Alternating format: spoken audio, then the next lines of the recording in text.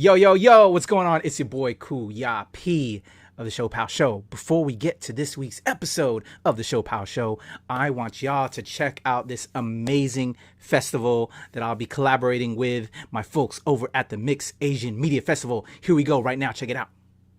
In 2017, we launched Hapa Mag, inspired by my blog, Miso Hapa. For many of us, it has come to represent a space for us to express our mixed racial heritage with Asian or Pacific Islander ancestry. To be Hapa is to be a part of a diverse and growing community with many perspectives.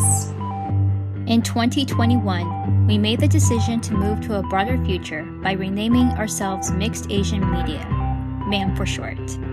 In celebration of this re-identification, we present the first Mixed Asian Media Fest, MAM Fest, a glimpse of Mixed Asian and Pacific Islanders in their art forms, including art, film, theater, and dance. In light of recent events, MAMFest will be an online event. However, we're hopeful that future years will allow us to meet in person and gather in physical space. And have a creative project? Submit to MAMFest on filmfreeway.com.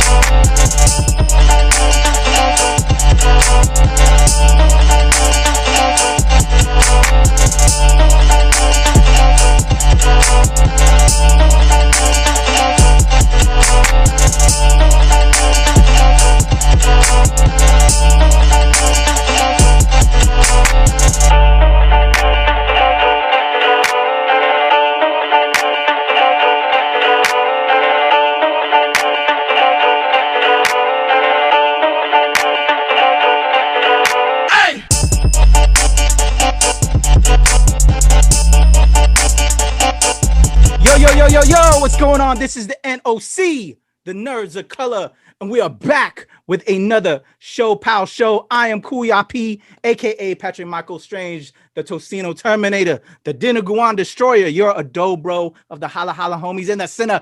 Gang. Back again, but this time I'm all by my lonesome because the amazing Ates are busy today. But you know, I can still hold it down. I love them. They miss them. They send their hellos and everything, by the way. They're going to be back. You're going to see the amazing Ates. But today we have a banger for y'all. Y'all know I love music.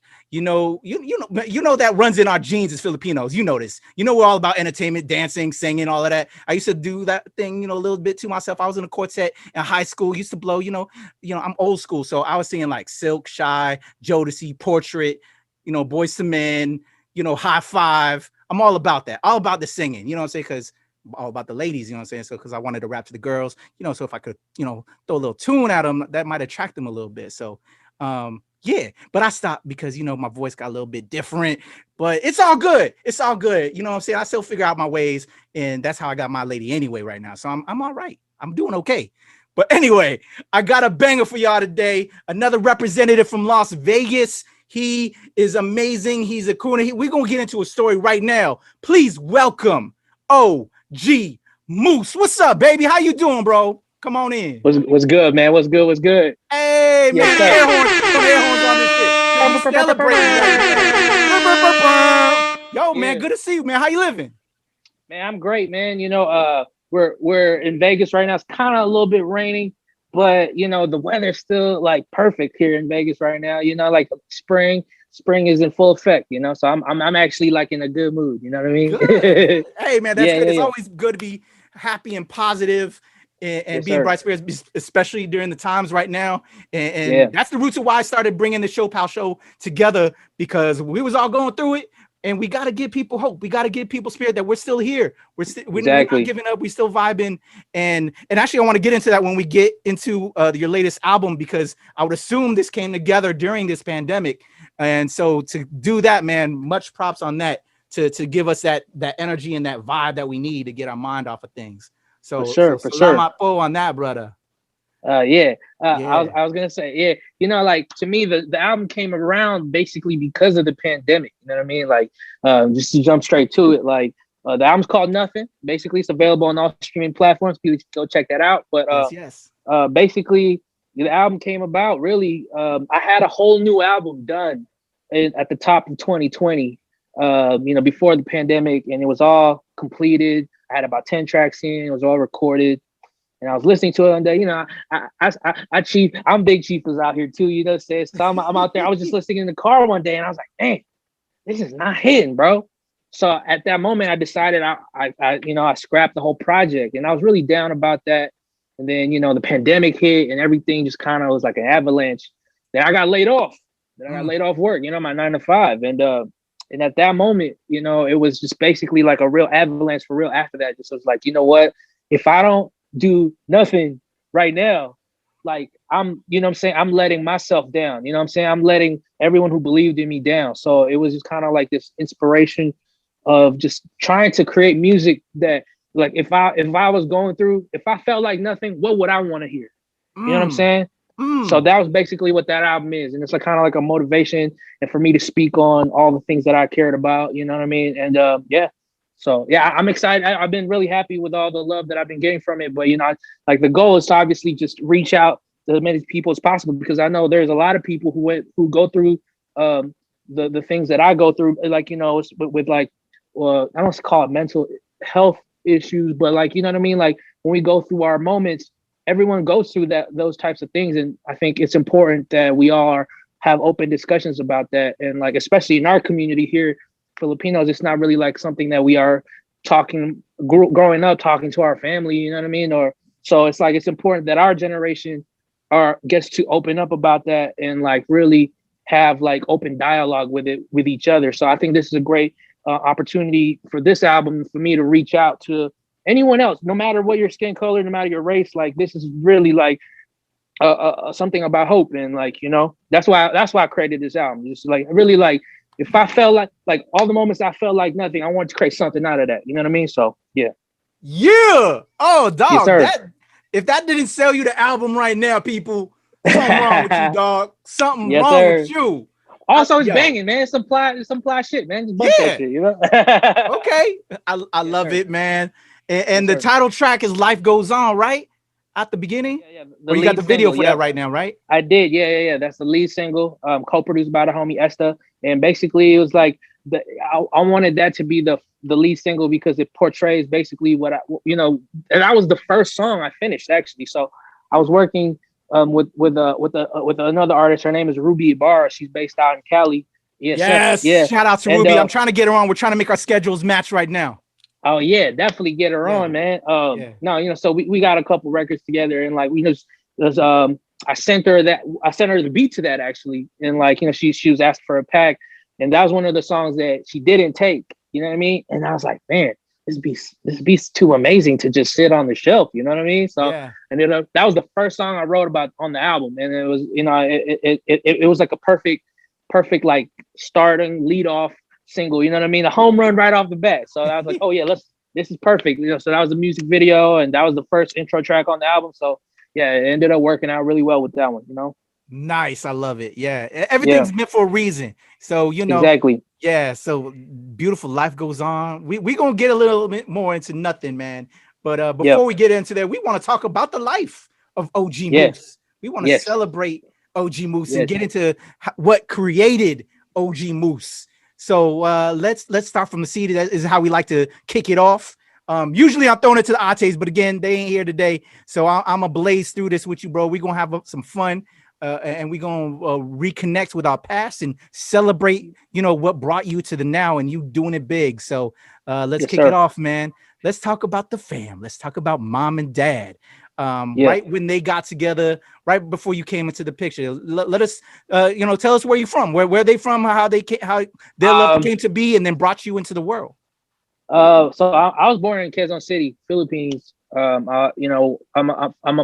an immigrant too. You know what I mean? So I'm an immigrant, just like a lot of our fellow people that are going through the struggle. You know what I mean? We're all part of like this transition into a new country. So for me, my story started. My mom, she's from Ilocos Sur, and my dad, he's Kapampangan. They met. And when I was in elementary school, we moved to Hawaii, and I used to go back and forth to Guam to like keep my visa, because my family was actually out there in DC. My aunts, they got everybody like citizenship, so like that's how they started. They were actually in DC, and so I used to go back and forth to Guam to get my citizenship, and then we ended up in Hawaii when I was a kid.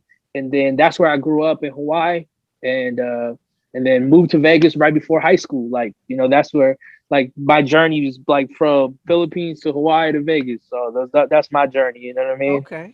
Yeah, so tell us about them and how their kind of a little bit of their story before you came into the picture that you can recollect. And then all of a sudden they wanted this child. That was going to be the embodiment of their love.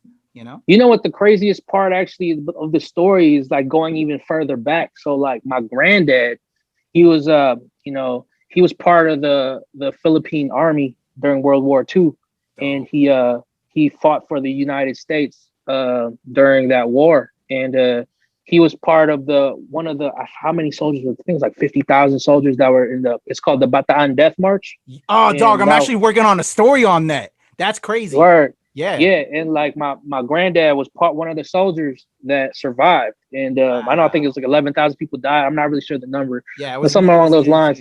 Yeah, and he was one of the soldiers that died, and so that part right there is that just goes to show there's so much more to That's why he said everything's meant for a reason, because he the story with him is that I was told was that he asked one of the Japanese soldiers "Hey, I gotta piss, man. I gotta piss really bad." So he they told him to piss on the side, they were walking on the road. So they told him to piss on the side, on next to a farm or whatever.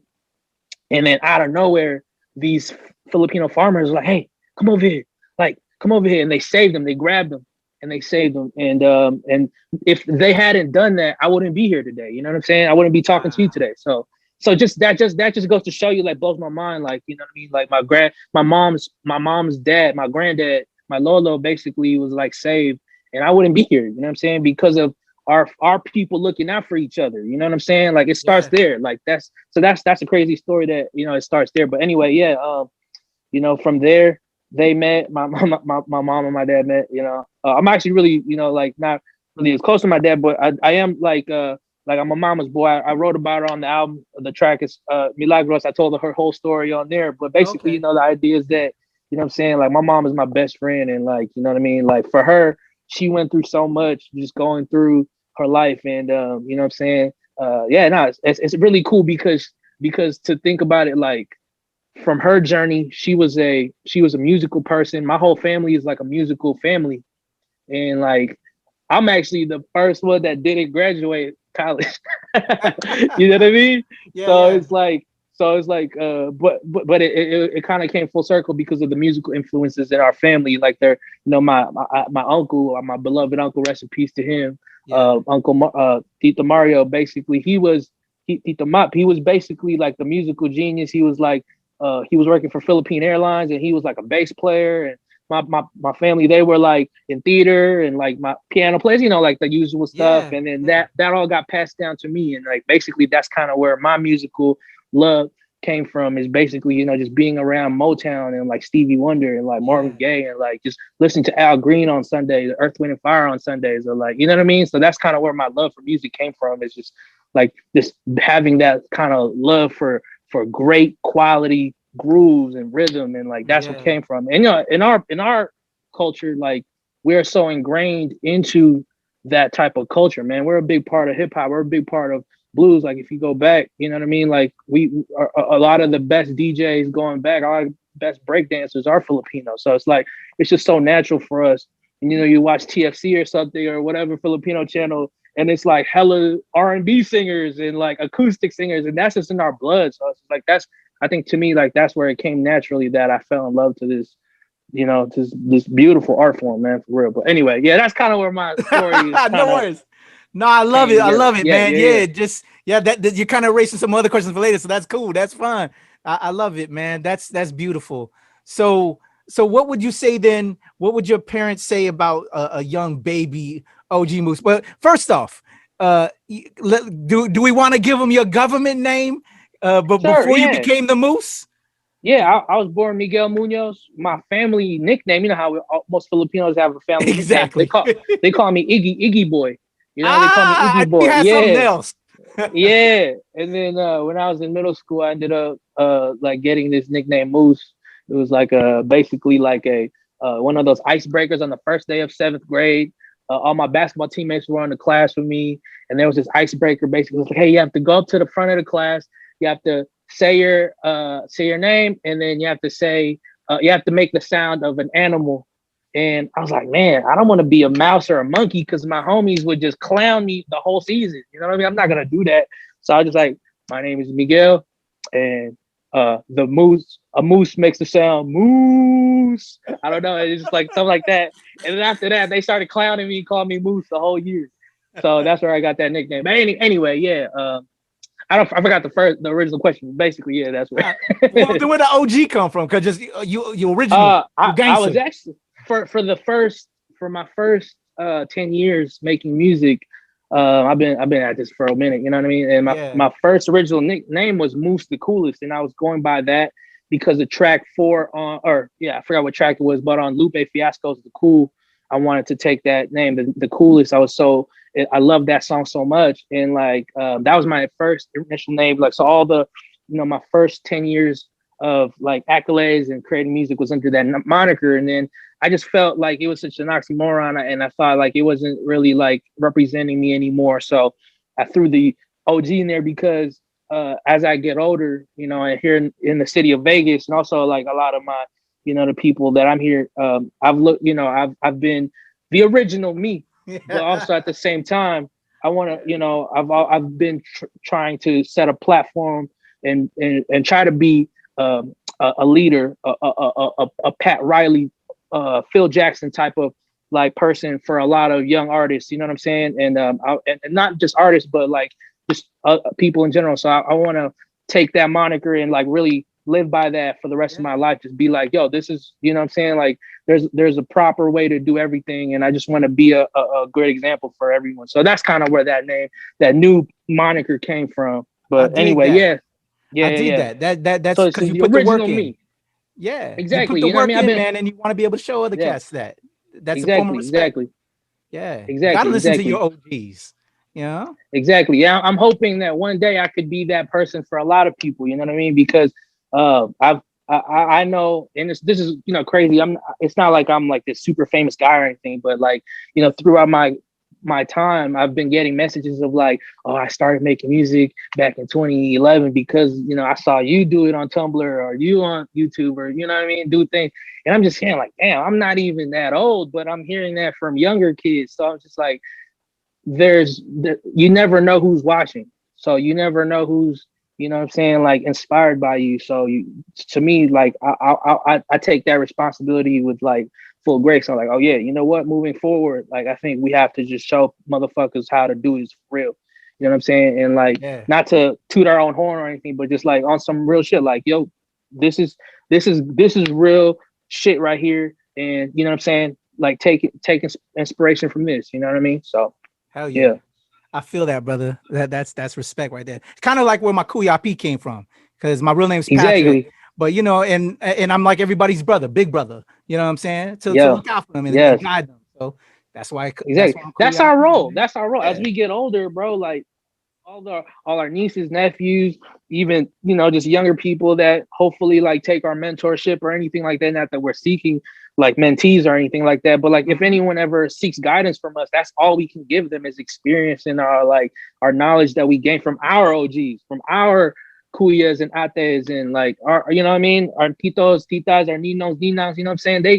They pass on knowledge to us. So it's like that's all we can give back to the next generation really is to like give them the knowledge, bro. Like just how like back then, like with the initial beginnings of hip hop to me came from the 5%ers passing on knowledge to the kids, or you know, like the DJs getting knowledge from the musicians before them and sampling and chopping. It's really just literally passing on the next generation. That's the roots of this. The most popular genre in the world right now came from people breaking, chopping breaks from disco records and soul records and R&B records from back then. They were literally just doing that and just giving people, passing on knowledge. So that's, I think, our mission in life is to just keep giving knowledge to the next generation. You know what I mean? But anyway, yes, I'm getting on a tangent, yes, bro. sir. I'm getting That's on real talk, because you can tell people that know their music, and especially if they know their history, and you definitely reflected that right there. So that's what I love that shit,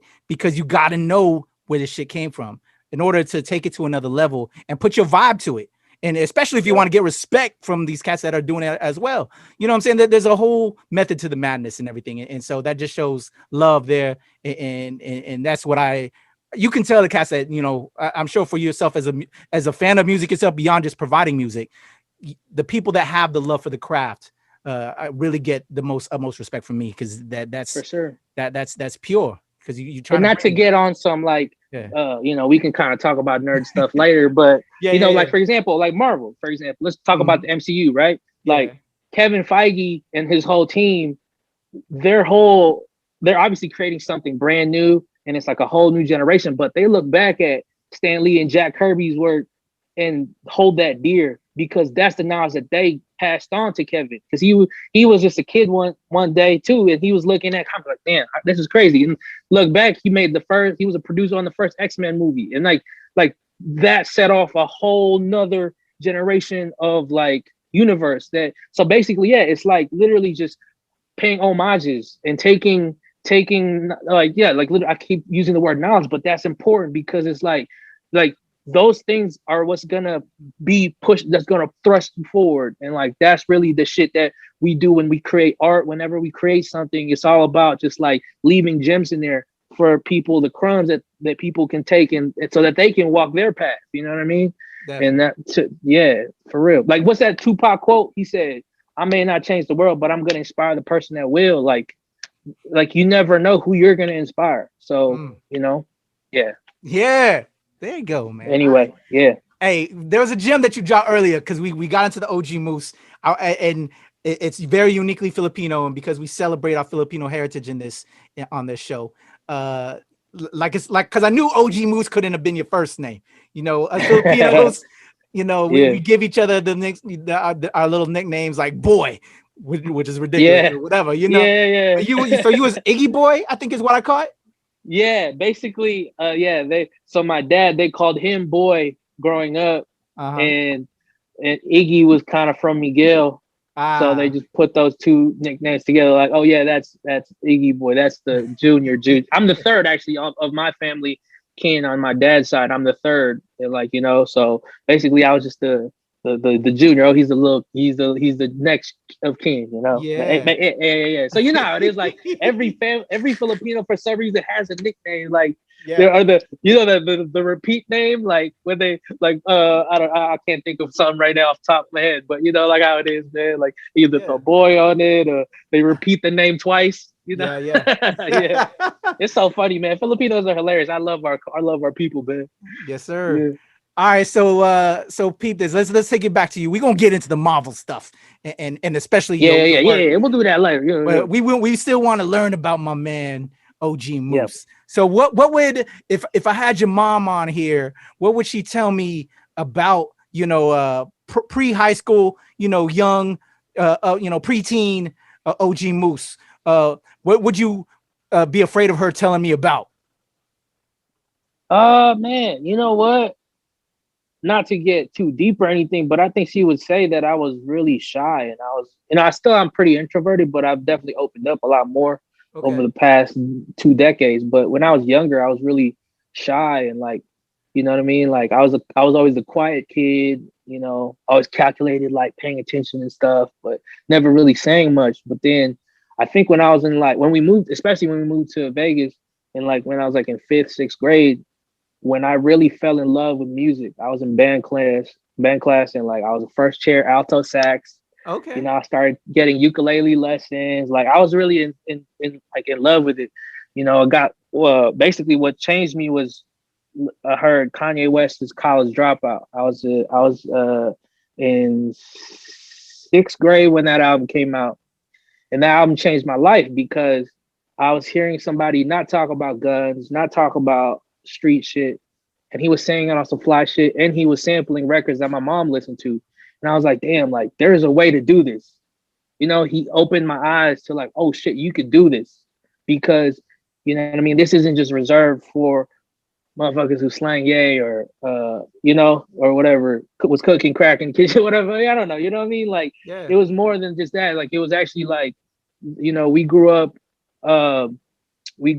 because of our taste, we can utilize that. So I opened up after that. So I think she would say that I definitely opened up after in middle school, especially when I discovered my passion for music and how much I loved, being in band class and just learning I learned music theory, and like I started writing raps, and like that basically like opened me up to a whole nother like dimension. You know what I mean? I found myself after that, and I think that's what she would say for sure. Like when I was younger, I was shy, and now I'm this dude that always trying to make everyone laugh, trying to get the bit, trying to tell the bit, trying to get the joke out. You know what I mean? That's me, But anyway, yeah, I think that's what she would say.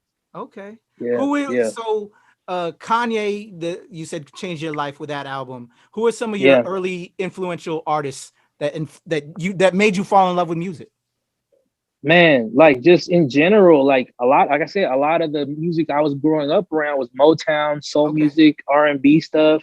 Stevie Wonder, I remember I got a box set for my birthday when I was younger. It was like his definitive collection. It was like at least like 120 songs, 4 CDs in there.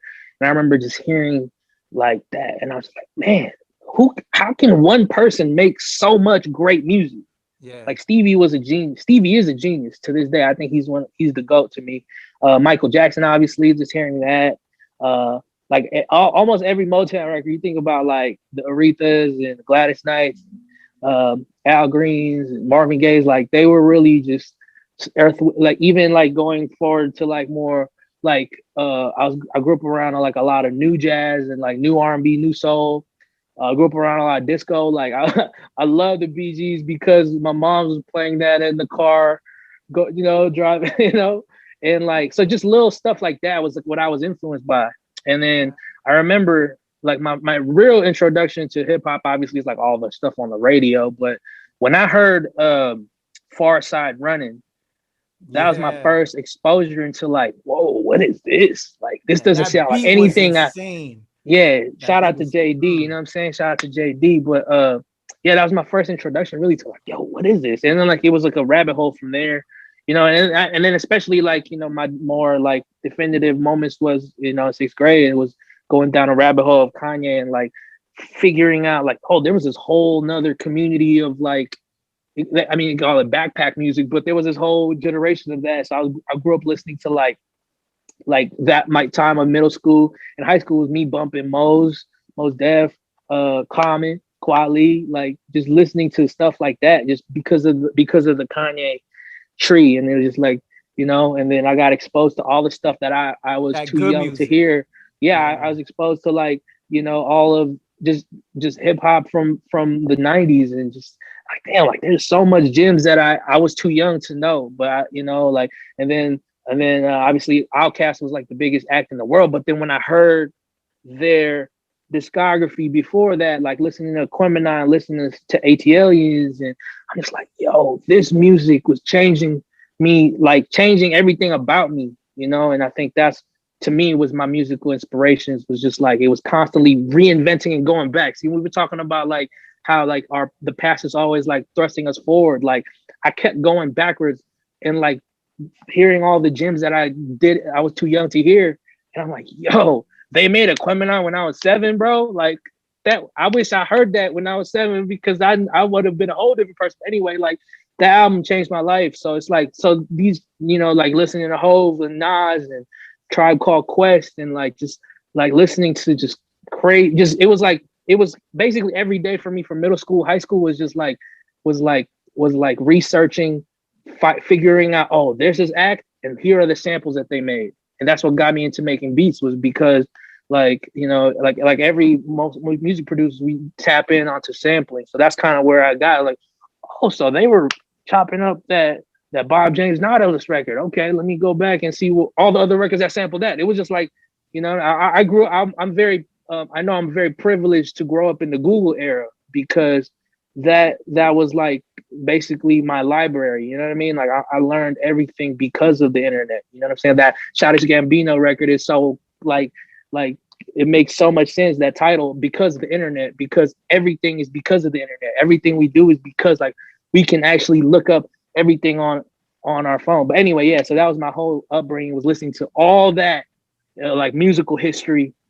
And then even like thinking back, like going back to a lot of Filipino records, like that my mom exposed me to, those records are very crucial to my upbringing too, because I'm growing up a lot of talented singers from the Philippines, and I'm like, damn, like they're blowing, they're singing their ass off out there. And I'm like, wow, that means it's meant to be for our people to really just voice our, you know, our creative, you know, flex our creativity, because it's really in our, it's really in our blood, like in our DNA. Like that's really part of us. Like turn that karaoke machine, everybody's a singer, bro. Like, you know, that's really us. That's really part of our community. You know what I mean? So anyway, yes, I'm going on these crazy tangents. Bro, I love it. I love it. You dropping knowledge, dog. It's so cool, which I love as an older head, man.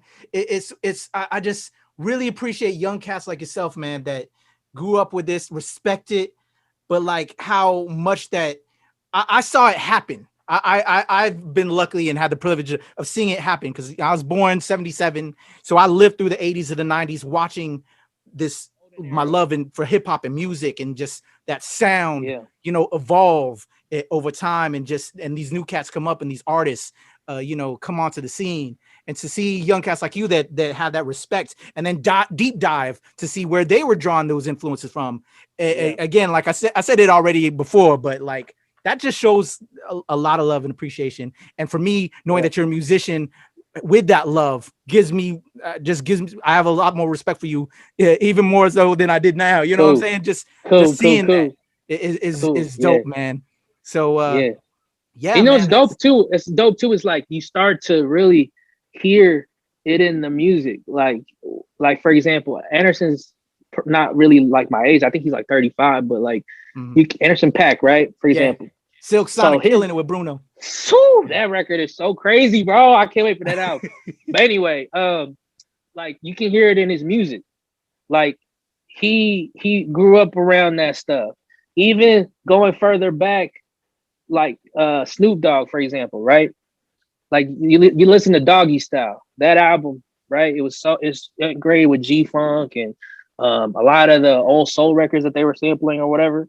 But you could tell that Snoop was a music lover because of the music, how it was reflected in his music. Yeah, he was talking about the new school shit that at the time in '93, he was talking about some real gangster new shit, but like he was flowing over like some really funk, you know what I mean? Like really soulful stuff from back in the day. So it's like you can hear it in someone's music, like what they grew up on. And I think that's what's so dope about art, is that it's like a reflection of everything that you grew up on. You know what I mean? It's just like all a mesh of everything onto the canvas, you know? Yes, sir. Yeah, man. I love it. So you brought up like how like you got into some of the Philippine records that your mom pulled up. I'm sure those were like Lea Salonga, Jocelyn Enriquez, right? Pinay, you know, some of them cats. Gary V, like Gary V, Gary Valenciano, like those guys would be singing their ass off. I'm like, oh, these guys are going. And I look back now because, you know, just for pitch and gigs, I'll go on like binges one day and like I'll listen to like old like Apo Hiking Society is like this group from the Philippines back in the day, and like their records were so crazy. Like their musicianship was so crazy for like in the 70s. And like I think like that's what's so dope about our people is that even back then in the 60s and 70s, I'm sure because of the influences of like the US colonialism that was going on back then, but like it was so inspired off like what was going on in America. You know, the Black music that was in America was being transported to our country, and they were regurgitating it out there because, you know, that's just what we do. We were like, fucking, oh, this is what y'all do. All right, let's flip it. This is how we do it. You know what I mean? So like you'll hear like the horns and the bass lines on those records back then. Like, man, I forgot her name. I can't think. Celeste Legaspi is like this other singer that's a great Filipino singer, and she's from like the 60s, 70s. Her, for us, our connection to her is that she was sampled on that Lupe Fiasco Kick Push, right?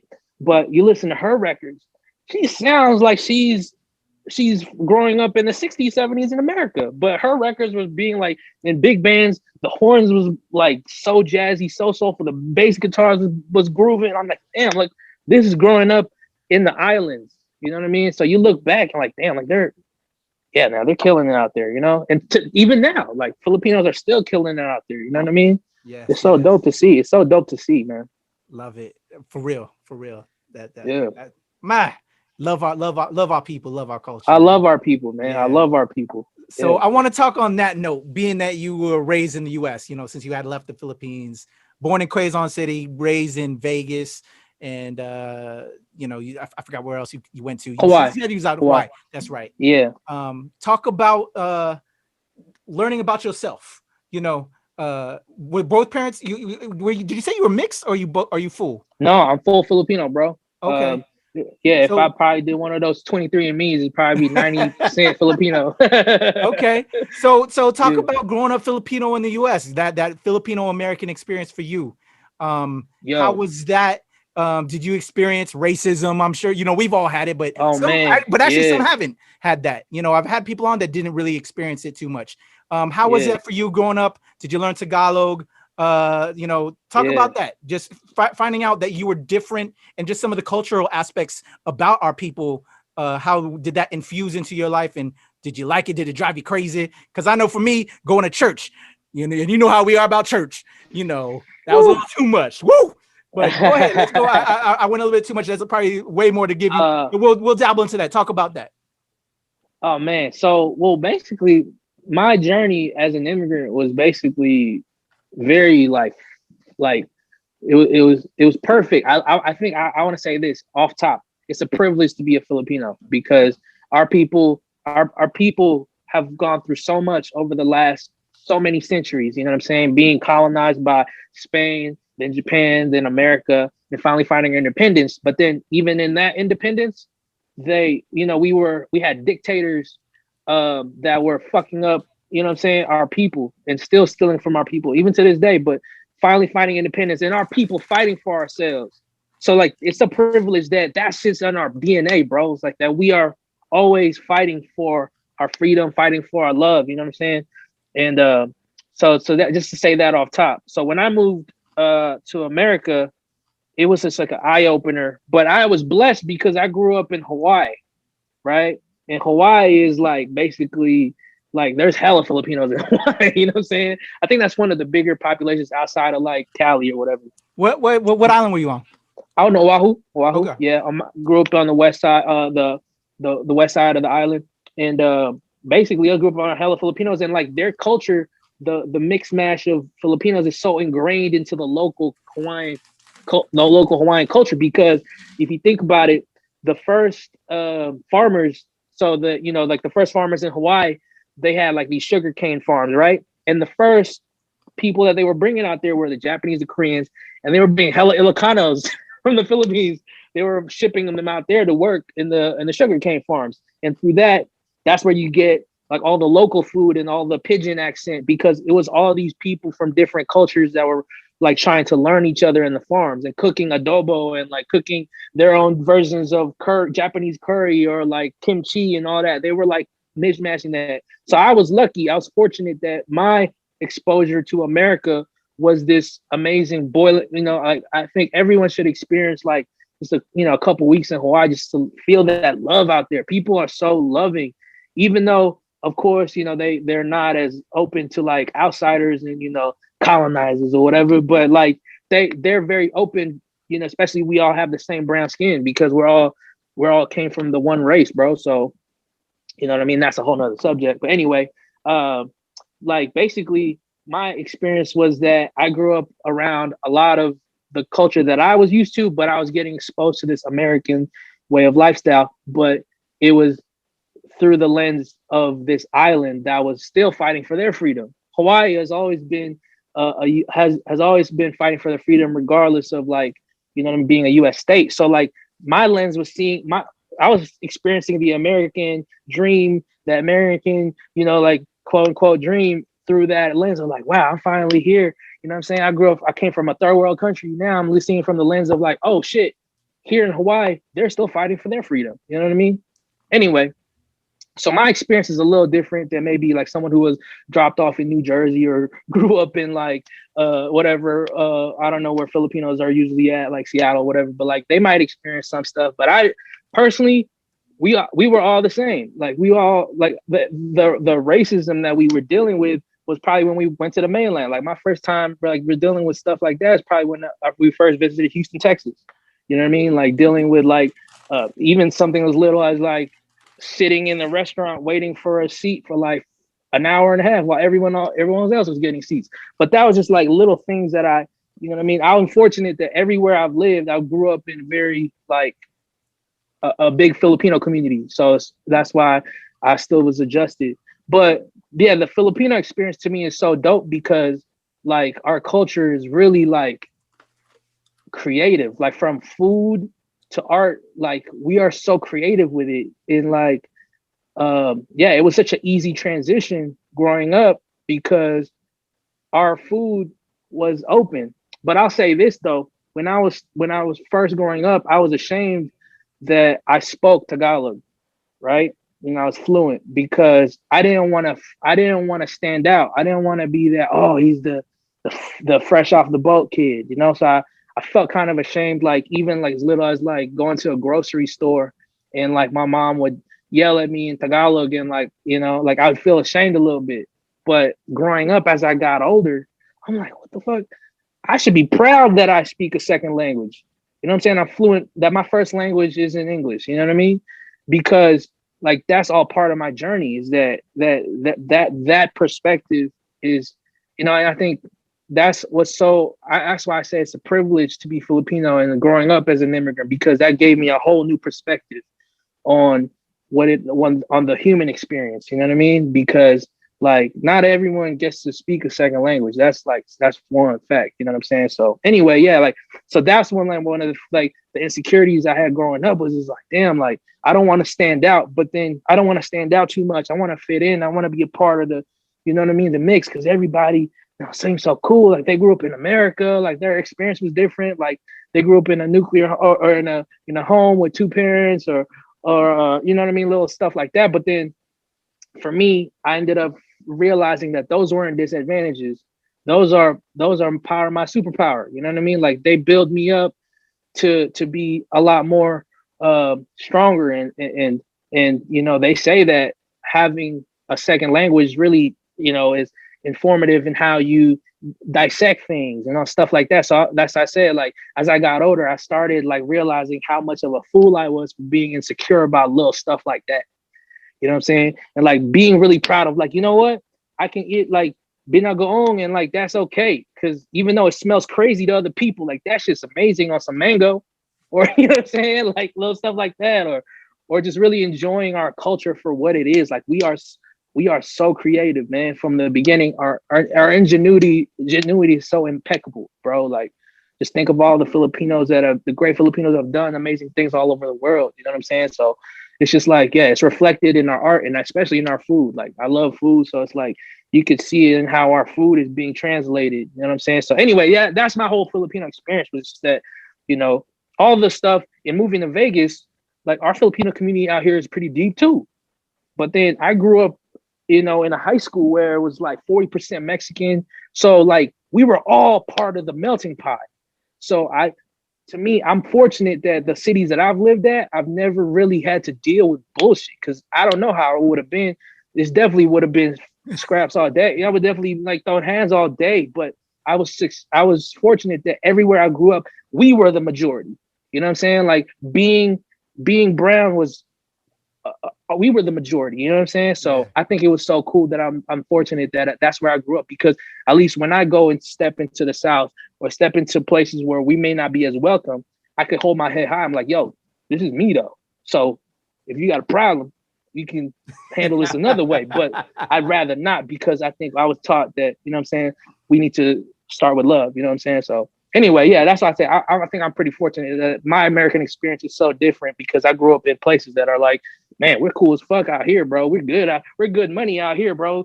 Filipinos, they love Filipinos out here, man. You know? Yes, dude. Yo, thank you for sharing that. Really, man, that's beautiful. I love that you realize that it's a superpower. And I'll share a little something with you. I think I shared this in some of the other podcasts, man. For me, growing up a mestizo in the U.S., man, I felt like a fake Filipino, bro, because I didn't know the language. So the total opposite of you. You know what I'm saying? I admired cats that knew the language and knew more about the culture and came from the Philippines, because I just, man, when I, came into knowing that that's who I was in my heritage, like I loved every bit of it. You know what I'm saying? And so, yeah, it was for me like, damn, I wish I knew, I knew the curse words, and like salamat, and but like when my mom when I would get into trouble, she would go off, and the only thing I would know is my name. Puntangin mo Patrick Michael Strange. You know what I'm saying? She said your whole name, and you were in trouble. If she said your whole name.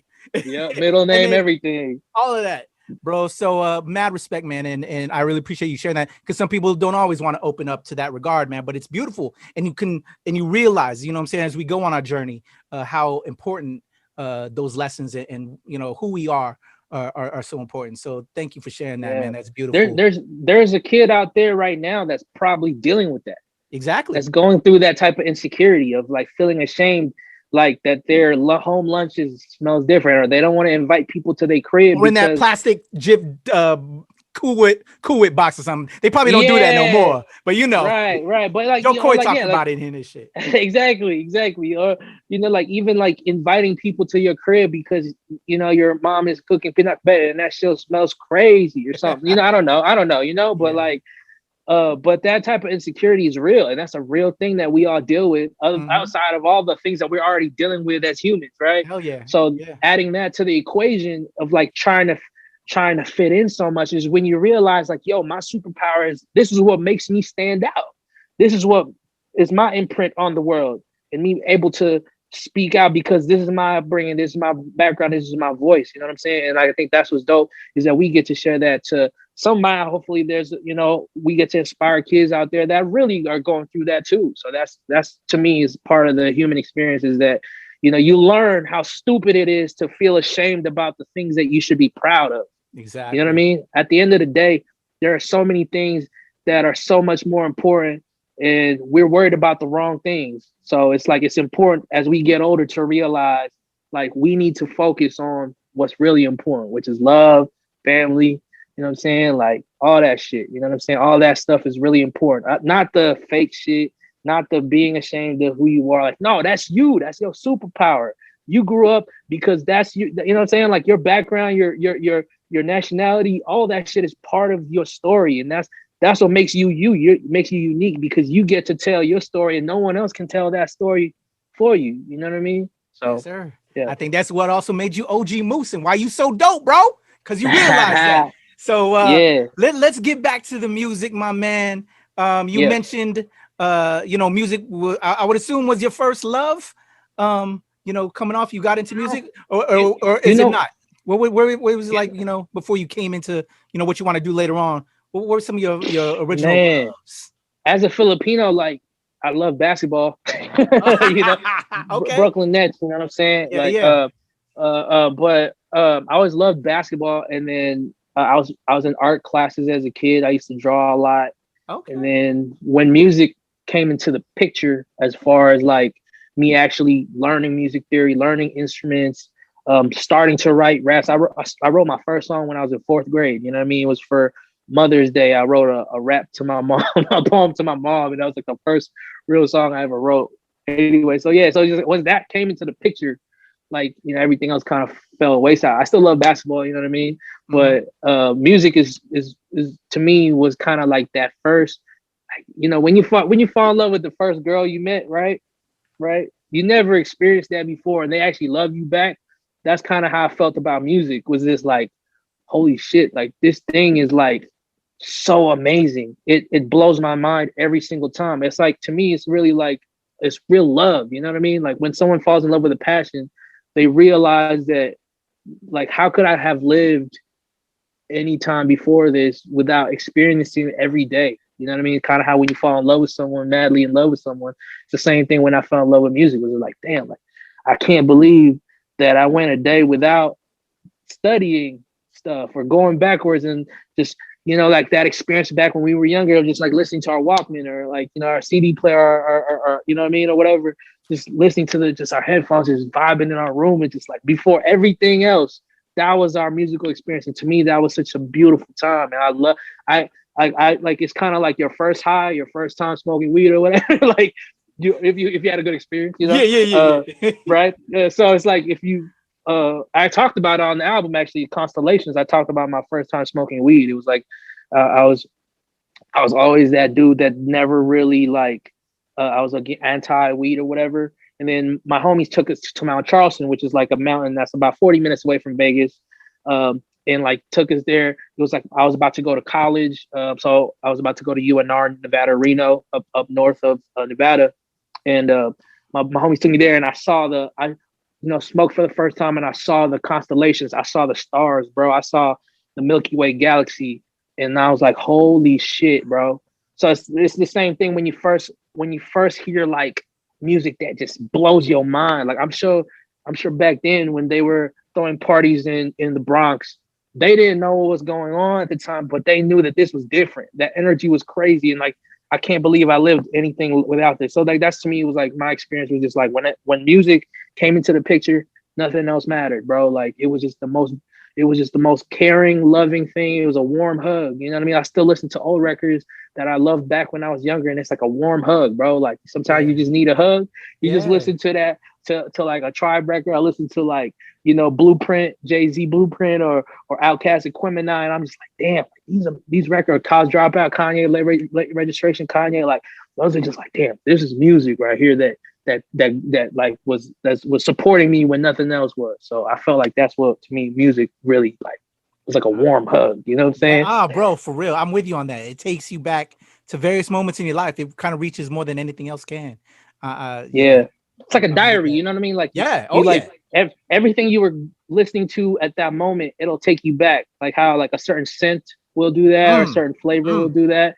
Like, you know, when you hear a record and you're like, oh shit, I was messing with this girl. I was, you know what I'm saying? I was walking, you know, like, or I was, you know, I was playing ball with my homies. We was living life. Life was so simple back then. You know, it's little stuff like that. You know what I mean? So. Yes, sir. Yeah, music is amazing, man. Music's amazing. All right. So you love music took over. So then let's talk about how you turned it into, you know, a profession in a way. So, but we're still in school right now. We're still in school. So like you mentioned you joined band. Did you? So you took up alto sax, I think is what you said. Yeah.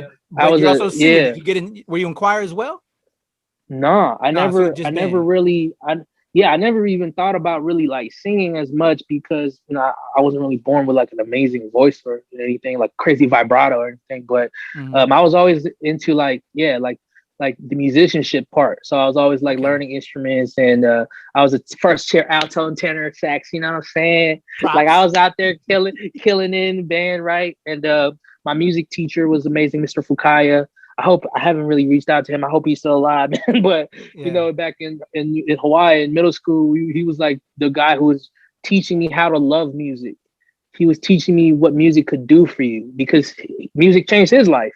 You know, he ended up being this music director, and he ended up inspiring. Because in Hawaii, I don't know, people know this, but like marching band and band culture out there is as lit as it is in like Atlanta, or like, you know what I mean, like in the South, like HBCUs is as lit out there in Hawaii, like the marching band scene. So it's like he grew up watching and teaching for over 20, 30, 40 years of he's been teaching music.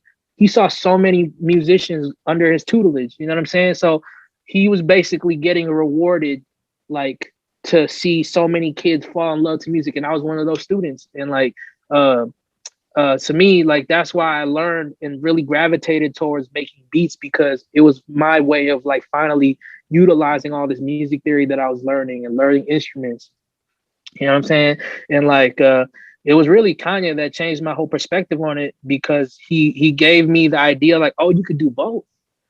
Oh, you know, there was always the Dr. Dre's and the Jermaine Dupri's or whatever that they would kind of spit and like write, but like the perspective was that you can only do one thing, you know, and that's kind of was like it was an eye opener for me, and it opened my eyes like, oh, I could do both. So I did it out of necessity first, because I couldn't afford beats at the time. You know, I couldn't just go on SoundClick back then or just buy a beat for like $50 or whatever.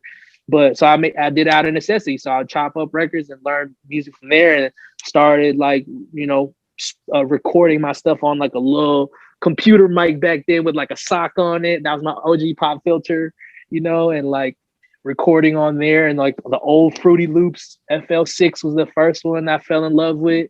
Learn how to make beats on there.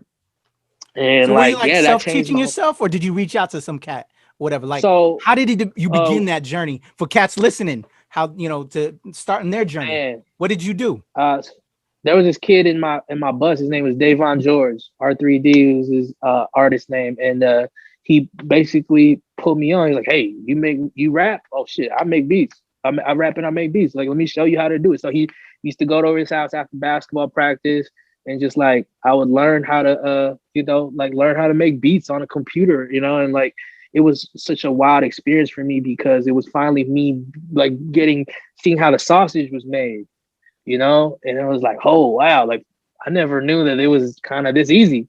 So, but obviously it wasn't easy. It probably took me like 5 years to be good at it, but you know, like the learning curve now is so amazing, by the way, because you look at all these kids who are like 18 years old, they've been making music for like 2 months and it just sounds amazing. But, you know, because all the YouTube tutorials were back then when I was first learning it, it was just kind of like you had to really just every single day, like after school, like get home straight from basketball practice, like I'm on the computer, like learning how to sequence drums, learning how to chop samples, or learning even how to even lay down actual bass lines and learning actual chords and stuff like that. It was like every day was just kind of like just learning something new about it. And to this day, I'm still learning new prospects. Like, so for this album, for NUTHIN, I learned new mastering techniques. So I mix and master my own album. And I usually, you know, would rather have someone else do that part of the music. But to me, like, I needed to take control of that just so I can really hear, because no one else can do something for you like yourself. You know what I mean? Like your vision. No one can put your vision on paper like you do. So I learned how to.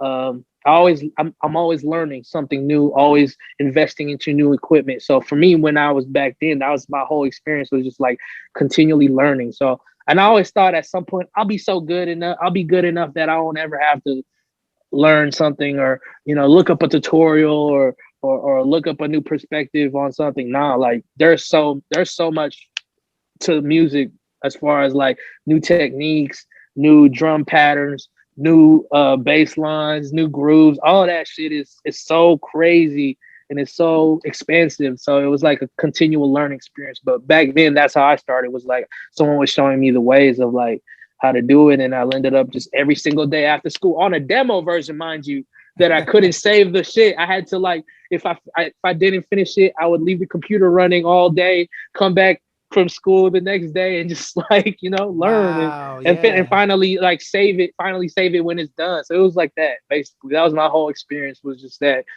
constantly just like grinding it out every single day. You know what I mean? Like every single day, like I gotta get good. It was, my whole thing was like, this shit doesn't sound good right now. I gotta keep getting better, you know? And finally at some moment it clicked, like, oh wow, this is how to do it. Cool. Yeah.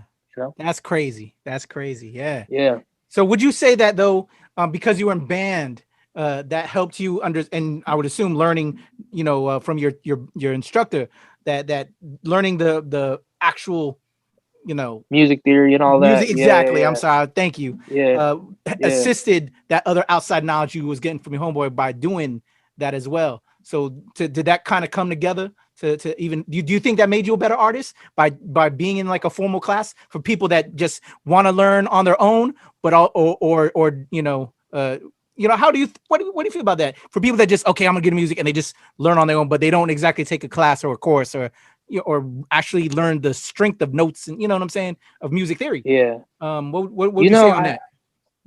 I think for me personally, it was really big because it showed me, like I said, how important it is to see how the sausage is made. Yeah. Because from the outside, you're like seeing like, man, how could they possibly create, like, for example, for me, just looking at Jay-Z, right?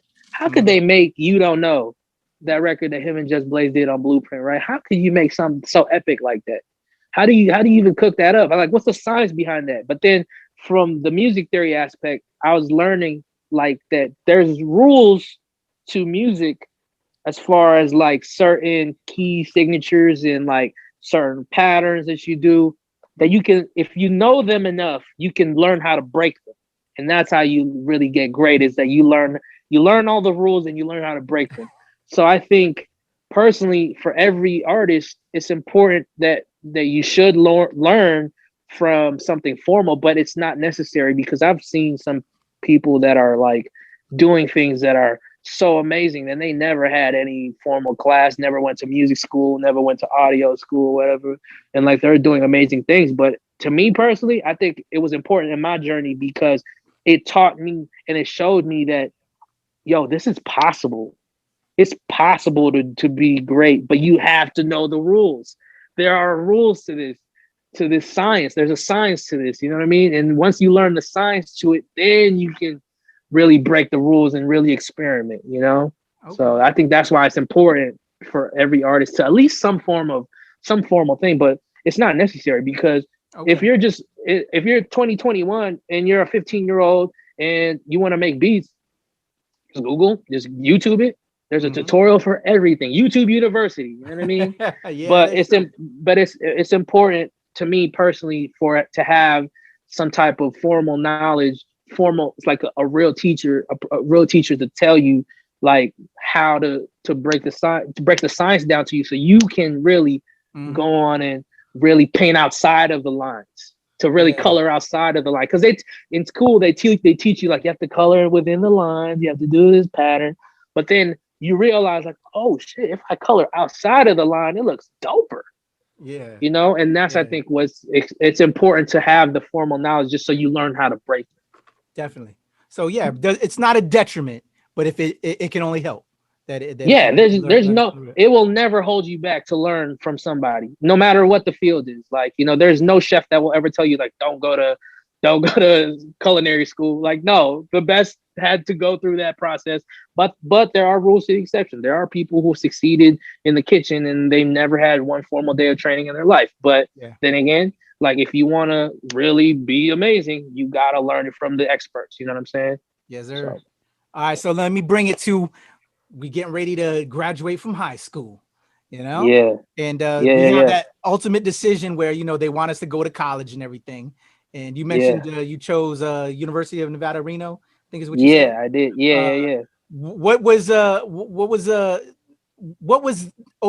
Miguel Munoz before you, or were you already Moose? Well, yeah, you were already Moose because you were playing ball. But I'm sure you were still Miguel Munoz to your mom and dad. Right. You weren't getting money yet as OG Moose.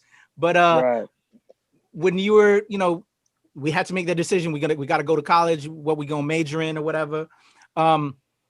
We talked about it on our show. Like we get pressured as especially for Filipinos, lawyer, doctor, nurse, accountant, you know what I'm saying? The quote unquote good paying jobs. And we kind of get straight away, especially if we're creatives like you and I, and have that passion for arts. We got to get pushed to the side like, oh, you can do it, but why don't you do this? You know what I'm saying? And if it doesn't happen, then you can fall back on that or whatever. You know what I'm saying? What was it for you when you made that decision? And, you know, what was your plan major before you went, and can you tell us that story with you and your fam? Oh man. So the reason why I picked UNR You know, I went through a bunch of like schools and like applied and got accepted a couple schools, but I was an okay student, you know. So I got accepted a few schools, but then I wanted to go to UNR because my sister was up there. She was having fun, doing amazing stuff, you know what I'm saying? So she was up there, going to school up there, and then I wanted to join in on the fun. So I went up there, went crazy, turned up, got turned out, you know. Went crazy. My grades were kind of fun by the wayside. I was a marketing major, so I was really into like I took a marketing class in high school, and that shit changed my whole perspective on school, at least. And I was like, oh, this is what I could do. But every single day was all about getting turned up and making music. So that was the whole part. Was like it was the economy. I was like I was wasting my mom's money. You know what I'm saying? My parents' money. So I ended up dropping out off, you know, some stuff and then coming back and then got back to just like really had to reconfigure what I wanted to do. And I think the one thing that I'll say about my mom is that, of course, she wanted us to be, she wanted us to do great things and to never have to struggle. And like, that's the reason why, especially in our community, it's really important that we do big things like that. Or they want us to go the routes that are safe because they don't want us to struggle like they did. You know what I mean? That's the reason why. But for me, my mom, she never really was like, she'll never like talk down to me because I didn't finish school. She just wants me to figure it out though. Like, don't be that dude that's a bum. You know what I'm saying? So I always wanted to, so, you know, when as a college dropout, I had to navigate my career regardless if I'm working a 9 to 5. I still had to figure out what I really wanted to do, which is, to me, I wanted to go all in on music. So that's the route I took. And so I kept making music here in Vegas, you know what I mean, moving back. And then I figured out, you know, little ways of me, you know, of like how to get my foot in the door at certain places and performing for the first time, really connecting with the community out here. When I was in 2014 was when I first started DJing, right? So I started DJing like in public for the first time. You know, I always had that little skill set in the tuck, but when I finally learned to really be good at it, I ended up stepping out and started DJing around town here, you know what I mean? And that shit changed my whole perspective and my whole career trajectory because now I had this other thing that I could continually do. So I started DJing here in Vegas, you know what I mean? Started doing that. But at the same time, through all that, I was still making my own music. And I think to me, that's when I really fucking honed in on like, I could be a Renaissance guy. I can really figure out that I could do whatever the fuck I wanted in music because as long as I learned to be great at it, I didn't have to be one thing. You know what I mean? So I already had music production and songwriting and engineering in the bag. Then I included DJing into it, and DJing opened up a whole another career trajectory for me that was more even financially secure than music was. So anyway, with all that, now, you know, fast forward to now, like I have all this that I've been doing, and it opened my eyes to the whole possibilities of what's possible as far as like the music industry goes. And you know, when we were younger, we were always dreaming of trying to be big and trying to make it big, trying to be famous. Like I wrote a Grammy speech when I was younger, you know what I mean? Like trying to think about like practicing that and trying to be great and trying to be famous. But then you realize like, even if you don't make it big, you can be a career musician. You could be a career, you can find your way in this industry regardless, as long as you're good at it, as long as you're great at it. So that's when it really opened my eyes, was that after I dropped out of school, I was like, I'm gonna have to go all in on this because I can't not. If I'm half-assing this, then, or I drop out like how I dropped out in school, like then what? Now I'm just now I just wasted my entire life on this. So it was just like that choice. And you know, thank God I'm still here, still alive, still doing it.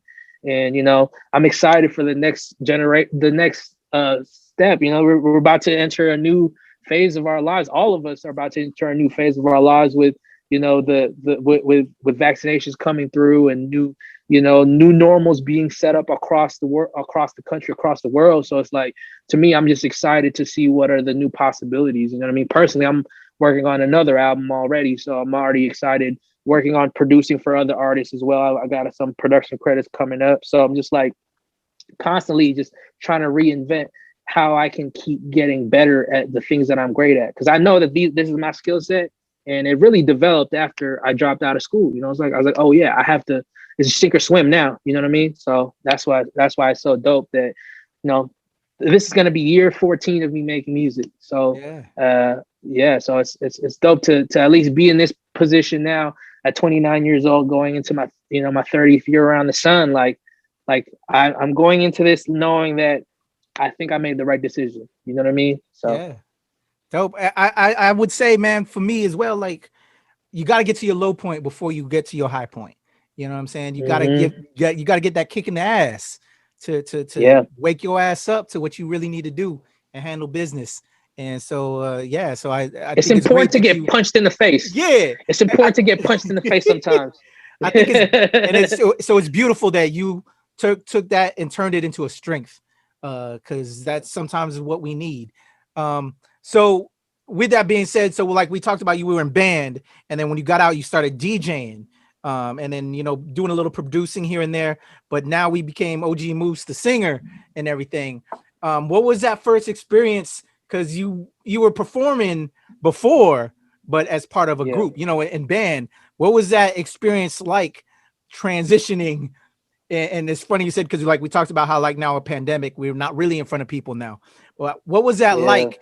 I would say it's probably, I would assume, as when you started DJing, you're still behind instruments, you're just throwing, you behind a mix table, you know what I'm saying? You're doing that. You're not really putting yourself out in front, on the mic or whatever. So what was that like? Or maybe was that, do you remember that as well from a DJ, from, just this transition from, in a band, you were with a bunch of people, then, DJ, you mixing it up on the turntables, and then now you're in front of the stage, singing to people. How about that, man? And for people that are, again, we got young cats listening to this. What was that for like you, and what lessons did you learn that you can talk on that? I always been a nervous Nancy. You did say when you were younger, you were kind of, an introvert, I think you said, right? Yeah. So I always get nervous in performances or whatever.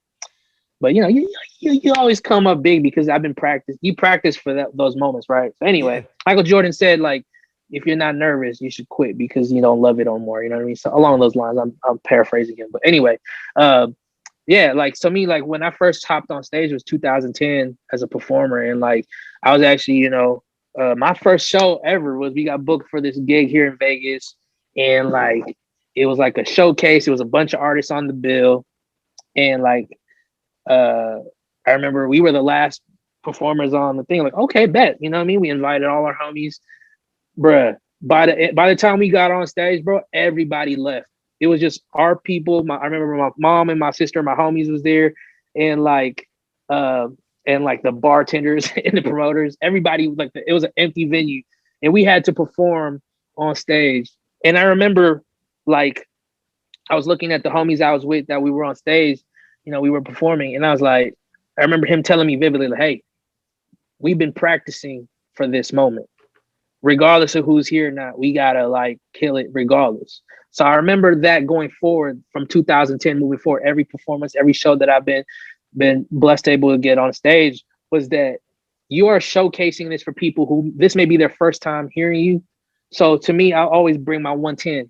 I'm always giving them, like, I'm giving them the energy that I practice every single day. To me, like, for me, the reason why I get over my nervousness is because I over prepare, and like I literally just, the weeks leading up to a show, I always like fucking run around. I'll practice my set on a treadmill. I'll run and practice my set, kind of like how Big Boy and Andre 3000 used to do it.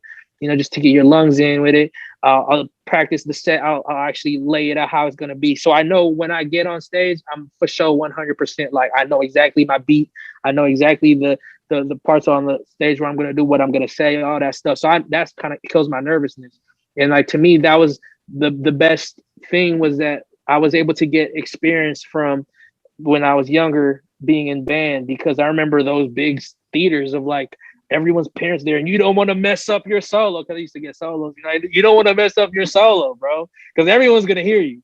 So it's like little stuff like that of just like, that was my like very important to me. Like even like playing basketball, like I wasn't really the best basketball player, but like playing in front of a whole gym, you don't want to mess up. So it's like that was just a big part of like you've been practicing, preparing, and that was my whole mentality going into being a performer now, is that you've been practicing and preparing. You can, you don't have to be nervous anymore. And I think as soon as the lights come on, as soon as everything comes on and you get on stage, even as a DJ, to me, like soon as I get on, that nervous is still there, but it starts to dissipate as soon as I see the smile on the crowd. As soon as I, do the first song or like hit the beats that I was gonna do. Like I knew I was gonna hit these points in the stage, or I knew I was gonna do this. And like as soon as that done, it's gone. That nervousness is gone. And I think that's why I try to remind other younger artists too, is that, you may be fucking pissing and shitting your pants backstage, but like, just so you know, once you get out there, it's sink or swim, bro. Like you either drown or you could fucking finesse that shit like Michael Phelps and swim out there and win a gold medal. Cause that's your two choices, bro. So I think that's, to me, was the amazing thing that I ended up learning as I've been performing over the last 10 years. And I think DJing was also a big part of that, because being responsible for like the soundtrack for a party, 200, 300, 400 people, 500 people in a club, your job is to keep people drunk, keep people there dancing and drunk, right? That's my job as a DJ. And there's a lot of responsibilities that, even though it's like, it seems like an easy job, but it's like to constantly keep people moving, and like the roller coaster of emotions is supposed to be, you don't want to keep people too hyped, because then they get tired, but you have to provide the music for them to kind of chill out and talk to the girl, and then you get them back on the dance floor. So it's like that type of wave is like the thing that really helped me as a performer too, as a solo musician, is that I realized like, oh yeah, like it's all about it's for the crowd, it's for the musician. This isn't for me. Like when I'm performing, it's not for me. Like to me, the gratification I get from music is when I'm in the studio, when I figure out the hook, when I figure out the beat as a DJ, when I figure out the mixes that I want to play. You know what I mean? Like the two songs that I know go well together. But that's my gratification for me personally. What I'm doing that for, why I'm on the stage, why I'm in the DJ booth, why I'm doing all the stuff that I do, is because this is for the people that came here, and this is for their entertainment, and you want to leave them speechless regardless. So to me, that's, I think, why it was so important to me that I had that experience as a youngin', because moving forward, I remember being in 7th grade, having to do my fucking solo in front of like a theater full of parents. And I'm like, I don't want to fuck up. I don't want to be the one kid that fucked up tonight. So now being, on a bill now, like when I'm performing, I know that I got to give people the 110%, make sure I hit all my breaks, get them all my points, because I don't want to fuck up. And I want them to really discover me the proper way, which is, this is my song, I made it, and I want you to listen to this, you know what I'm saying? And then hopefully you can bump this afterwards on Spotify, Apple Music, because to me, that's the best way to do it. It's just like, that's the best way to me. Like, I'm sure, pre-pandemic, I'm sure the best way for you to discover an artist is seeing them at a venue. Like, oh shit, who is this dude? That, like the openers are really important, because like, it shouldn't be no white motherfuckers, because to open for a big artist, like that motherfucker has to be performed for people who have no idea who they are. So that's what I deal with every day, is being that unknown person that just like shuts the shit down, because like, who the fuck is this dude? Who the fuck is this short Filipino motherfucker over here? So that's what I battle with every day, is every performance. And I can't wait to get back on stage, dog. I cannot wait to get back on stage. I got this new music, you know what I mean, that I've created just so I can perform. So I cannot wait to get back on stage, because I remember just like that feeling of like, even as little as like, like you taking care of your voice leading up to it, like drinking tea and honey and all that shit, just because you want your voice to be 100%. Like I miss that. I miss all that, bro. So like, yeah, I cannot wait to get back on stage. And I can't wait to play gigs again. I played a DJ gig a couple weeks back for Valentine's Day. I got booked out here, and it was crazy, because it reminded me, like, obviously I was rusty. That was my first gig in a year, since the whole pandemic started. Yeah. But basically it was like, it opened my eyes and like to that feeling of like, oh man, it's game time. Like, you know, when the lights are on and, you know, it's about to be tip off, like, oh man. So anyway, yeah, I cannot wait to get back because, man, you know, I feel you, bro. I'm just thinking I about feel it. you. I'm I feel you. I about know it. it's we're all going through it right now with the pandemic and everything. Yeah.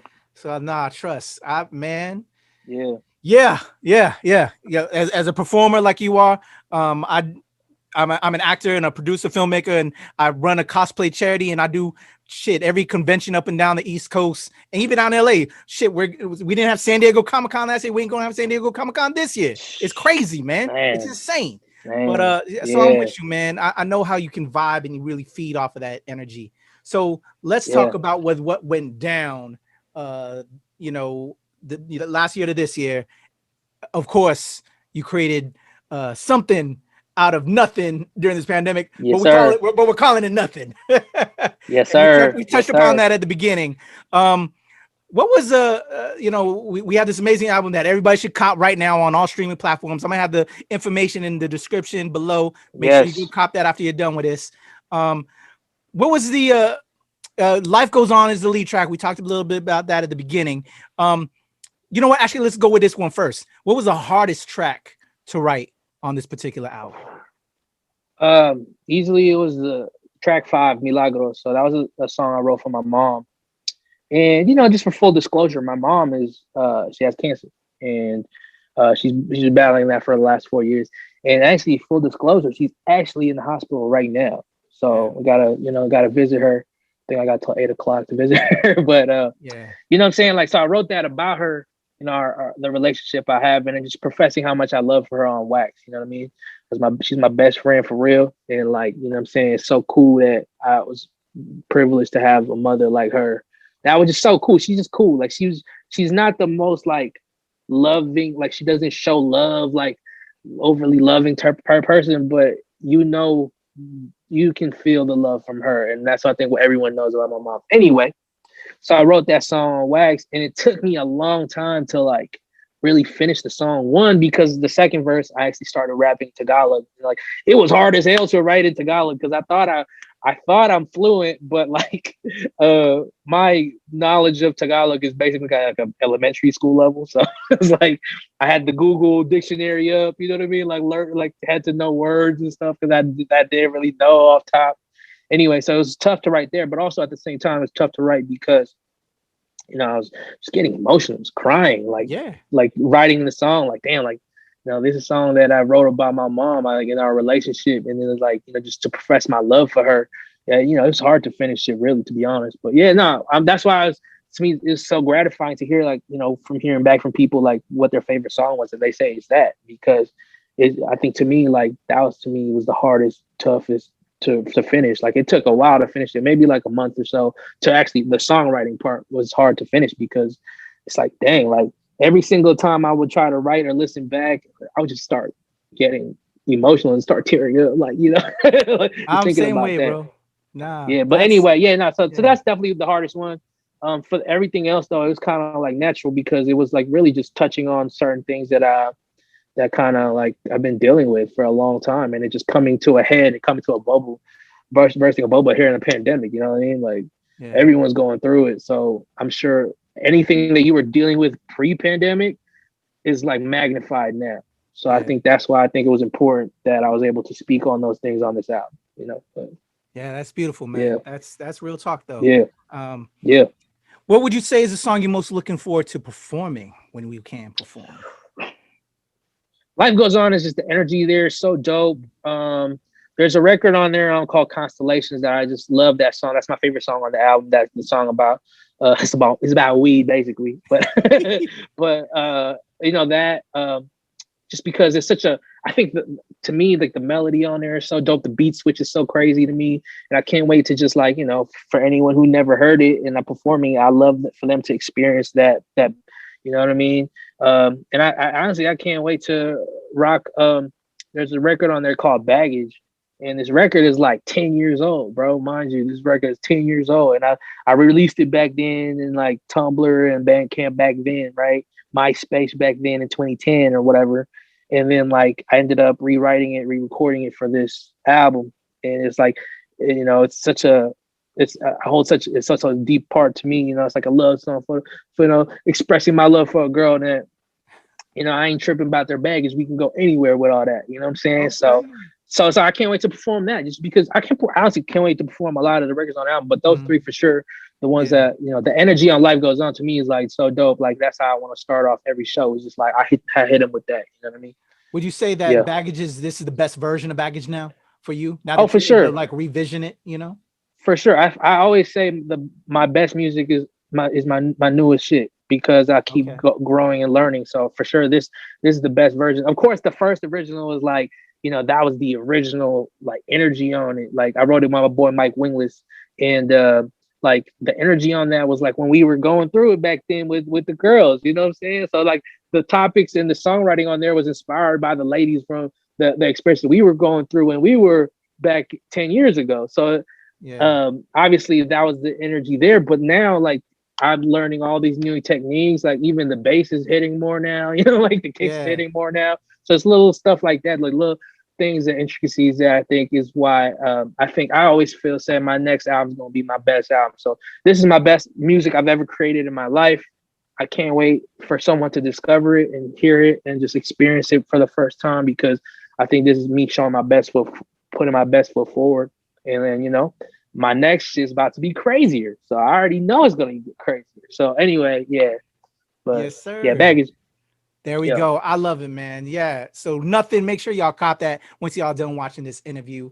NUTHIN. There you go. Yes, sir. On Spotify, on Apple Music, YouTube, Audio Max, SoundCloud, wherever you listen to music. Nothing. NUTHIN by OG Moose. Please look that up. Holla at my man. Cop that right now. So there we go. OG Moose with Nothing. We about to nerd out a little bit more because we said we wanted to do this. I've been keeping my man for a while. I hope we still got a little bit of time, because I know you wanted to nerd out a little bit.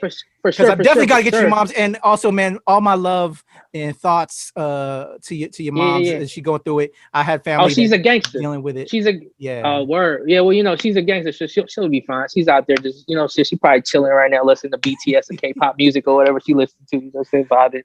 But anyway, yeah. No, for sure, man. You know, we in the midst of phase 4. We just started phase 4 in the MCU. I definitely want to talk to you, since, you know, we nerds of color, bro. So. That's right, man. And I still got the nerd check. That's gonna be the finale. Man, DC or Marvel, man, where you at? If you had to choose. Well, obviously Marvel for me, because since even my first exposure to comic books was the X-Men. Like I remember getting like the like even the Amazing Spider-Man comic books. I was like one of my first like experiences of Marvel. I'm not a big comic book head, but those were my first experiences within just the comic book universe. So I'm for sure indebted just to that universe of just like, you know, like even the villains is low key better in Marvel. You know what I'm saying? But I don't want to pit the two against each other, because Superman and Batman are such like American like classics. You know what I mean? They're icons within our culture in America. But to be honest, like especially with the movies, like the MCU is so much better than the DCEU, bro. Like, like the greatest shit was the Dark Knight series, obviously, right? Yeah, like Christopher Nolan murdered that shit. He bodied that shit for real. But like as far as longevity goes, like MCU gave us like 10 years of bangers, and they're not even stopping. There's no stopping, bro. Yeah. So. Let me preface this. We ain't trying to downplay any cats out there. We still mad respect for everybody else. I just want you to come with it. You know what I'm saying? Yeah, you know, no disrespect. We just trying to choose out. You know what I'm saying? So much love to DC or whatever. So yeah, and you know what? Personally, I want them to be great. I'm hoping. I don't know about the Snyder cut, but you know what I'm saying? Like I want them to figure it out, because I love Batman. His movies have historically been a part of our lives for so long, you know, and I just want them to be great again. I want DC to be great again, but I'm with you. Like, trust. It's just like I'm not really it's no competition, bro. Like Yeah. you think about it, the MCU is on a murderer's row right now, bro. Like they have been on a hit streak for 10 years, bro. They gave us bangers for almost 10, or is it almost 12 years now? 14 years. When was the first Iron Man? That was like 2008. Yeah. Like it's been bangers after banger. Like how do we like not appreciate that greatness, man? Like that's really, I don't want to take sides at all. Like I said, I want DC to be great. I hope they figure it out. I hope that the next phase of DC, whatever movies are great, you know. Yeah. But I'm not really like tripping. Like Yeah. I love what we have as far as Marvel fans. We're getting bangers after bangers. Like we're spoiled, bro. Yeah. You know, we're getting spoiled. Yeah, a lot of people over here. feel because they see my background, bro. You Marvel all the way, bro. Like, nah, I'm a DC cat too. I'd love for it to be more DC behind me, man. But you just gotta come better. They gotta come with it. I want everybody to be great, but if you ain't coming with it, you know what I'm saying? So that's it. I can see that there's two prominent Spider-Man pictures on the posters there. Are you excited for No Way Home? Are you excited for what they're about to bring into the multiverse, bro? Oh, most definitely, bro. So yeah, Spider-Man, and actually that was gonna be one of my questions, but I'll answer for you first. Spider-Man was a cat that I was my favorite superhero growing up. Number one. Yeah. You know, young geeky kid that, you know, kind of bullied or whatever, but was a, you know, with great power comes great responsibility, you know, and that really sold it for me in who I am as a person. That, you know, they may not know who I am, but I'm gonna tell them who I am with my actions and take care of everybody else, regardless of reward or not. You know, or no, I don't need a reward. I'm still gonna handle business because that's what you're supposed to do. It's what's that's what Peter did for real. You know? That's what he stood for real. Yeah. Yeah. So that's how I connected it. And so obviously Todd McFarlane, you know, I grew up with them when they first appeared with Venom and all that, and he was the artist behind that. Oh yeah. Todd McFarlane's a badass. He created Spawn. Everybody knows Spawn now from those comics. But yeah, Spider-Man was my guy, man. Those visuals were so crazy to me. Like I remember, I even had the Spawn video game, the Game Boy game. I remember that back then.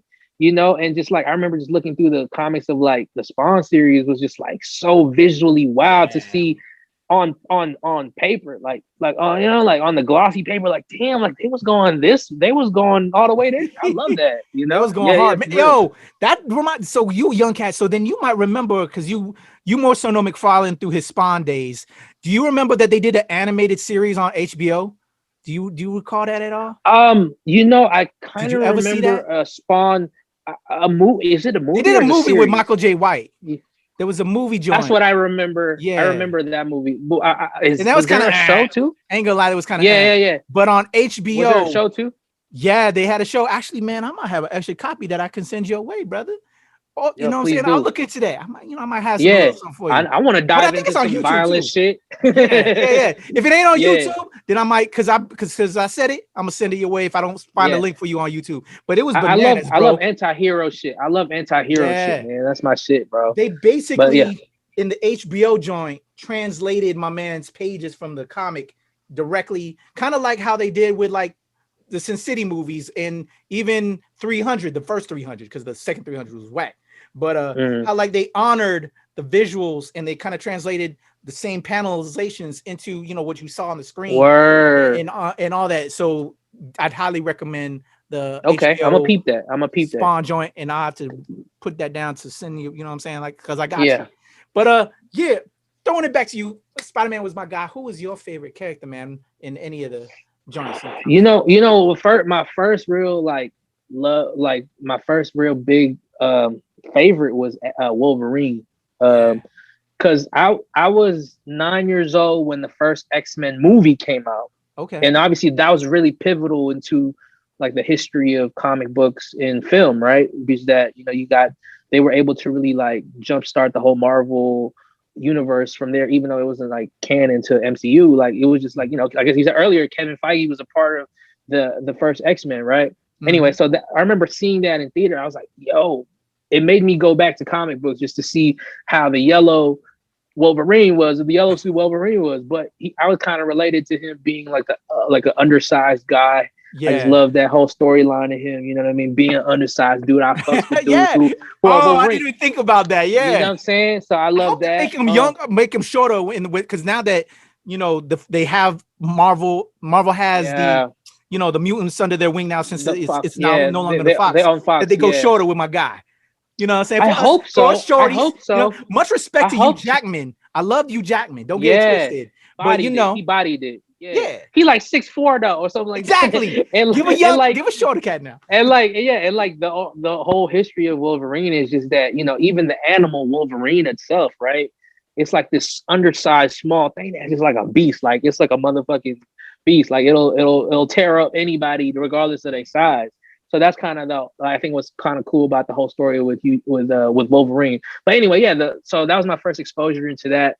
And obviously I'm very partial to Tony Stark because I just think his career arc in the MCU was so beautiful. How it was just like he went through all of being just a douchebag, being a rich, entitled douchebag with a silver spoon in his mouth, and then being the overall like being able to sacrifice everything for just the sake of humanity type of the universe type of shit. So I think his story arc, I'm very partial. I'm wearing a Tony Stark, you know what I'm saying? The Invincible Iron Man type of shit, you know. So I'm very partial to him. But no, I love that now with Marvel, they're being able to introduce a lot of the secondary characters, you know, getting the first OG Avengers out the way. Now you got this whole storyline of like all the secondary cats are getting signed now, you know what I'm saying? So I love it. I love where the direction is for Phase 4, you know? Definitely. So I got to ask you then, because, you know, it was so effective in the first, you know, up to, you know, from Phase 1 to Phase 3 with Iron Man, Tony Stark's story. You know, a lot of people, you know, they announced that Chris Evans is coming back, possibly. You know, we'll see how that goes. But then at the same time, he's an older person now. We aged him up. How would you feel if we kill Tony, man? Tony's dead now. And I kind of personally, for my feelings, I think he was perfectly done. And and there's so many other characters, you know, let that death, you know, be the death, you know what I'm saying? Because it's so, I think if you go back to it, or if you recast it or whatever, you know, they can Marvel, because they did it in the comic book, they can bring cats back alive or whatever. Right. No recast. You know what I'm saying? So there we go. So you're like, nah, don't recast it, or unless Robert wants to come back. Unless Robert wants to come back, like I think they should just show him as far as like a flashback. I was kind of hearing some rumors about like maybe him as a flashback during the Black Widow joint. Yeah. There was like a rumor of like him making an appearance there, but as far as like a flashback or like a storyline, no. But you know, not currently. You'd rather you're okay with flashbacks, but not with right now, because the death would take away from the death. The story is over. Like his storyline, I think in this universe is done. Like unless it's like, you know, a alternate universe Iron Man, which is kind of like that's dead. Like I think the ending is so perfect. He made the ultimate sacrifice play when, for the first Avengers movie, the whole storyline with him and Cap was that he wasn't the guy to make the sacrifice play. And even with that movie, he flipped it around. But he was just like a whole story arc of him going through it. You know what I mean? And it was just like a perfect ending for him, to me personally. As far as Chris Evans, though, I think that my theory is that, because I did hear the same thing, that they're in talks of bringing him in for 1 or 2 movies in the future. And I think what the theory is what they could possibly do is the alternate timeline Cap, or what, not alternate timeline, when he went back to return the Infinity Stones. I think that's where they'll take his next appearance, maybe is like as a flashback into or even like going backwards into how he's able to maybe return the Infinity Stones, or the life he lived with Peggy. You know what I mean? See, I think so. It's going to be cool to see what they do with him. I'm kind of hoping that they do a little cameo with him for Falcon and Winter Soldier. I doubt that they will, because obviously, you know, I did hear a cool rumor though. Not a rumor, it was like a theory that they might start this series with like a funeral for old Cap, the old alternate universe Cap, the guy. Maybe they'll start there, because there was like a theory that they seen that the guys are wearing a suit, and they were like staring at Cap. So why are they wearing a formal tuxedo or whatever? Or a black suit, you know? So maybe that's where they kind of lead off the show, obviously. But anyway, yeah, I'm excited for what they do with that. And also, I'm a big fan of the Captain America trilogy. To me, I loved Winter Soldier. That movie is so perfect. Civil War is really good. I love that series so much. So to me, I think where they take this with the Falcon and Winter Soldier, it's going to be a good comeback to Earth type of situation because we've been in space for so long and with the MCU. So it's kind of good to have like some back to Earth stuff. But I think they're about to open up the multiverse with this, bro, and maybe bring in like, you know, because we're basically in the multiverse part of the saga right now, right? So we set it up with WandaVision, which was amazing, and now we're going into this. Now we've got, you know, we're opening up. They're about to go to, I think, Mandrapur, I believe is the name of the fictional like country that they're going to touch on here, and they said that that's kind of where like they might touch on like the Mandarin and the Ten Rings, opening it up to Shang-Chi, going into No Way Home, leading up to ultimately the Multiverse of Madness. So I think I'm really excited about Phase 4, man. As a nerd of color, I'm excited to just be 2 blunts in, couple edibles in the movie theater, just vibing. Oh yeah, I can't wait to see that. I can't wait to see Black Widow. Actually, I'm really excited. I love the trailers that I've been seeing for that. I can't wait to. I think they're still coming out in May, I believe, right? Yeah, for that. Yeah. Definitely. But yeah, anyway, back to the whole thing. Yeah, so I hope that they don't do any more Tony Stark and Iron Man. I think moving forward, everything should just be an ode to him, because for him to set off the whole shit, and for Robert Downey Jr. for just bodying that shit, just being such an amazing actor, and basically turning his life around with that role. You know what I'm saying? So for him to, I think everything should just be an ode to him. You know what I'm saying? Yeah. And like passing off the mantle to like Peter, passing off to Doctor Strange, passing off the mantle to those guys. You know what I mean?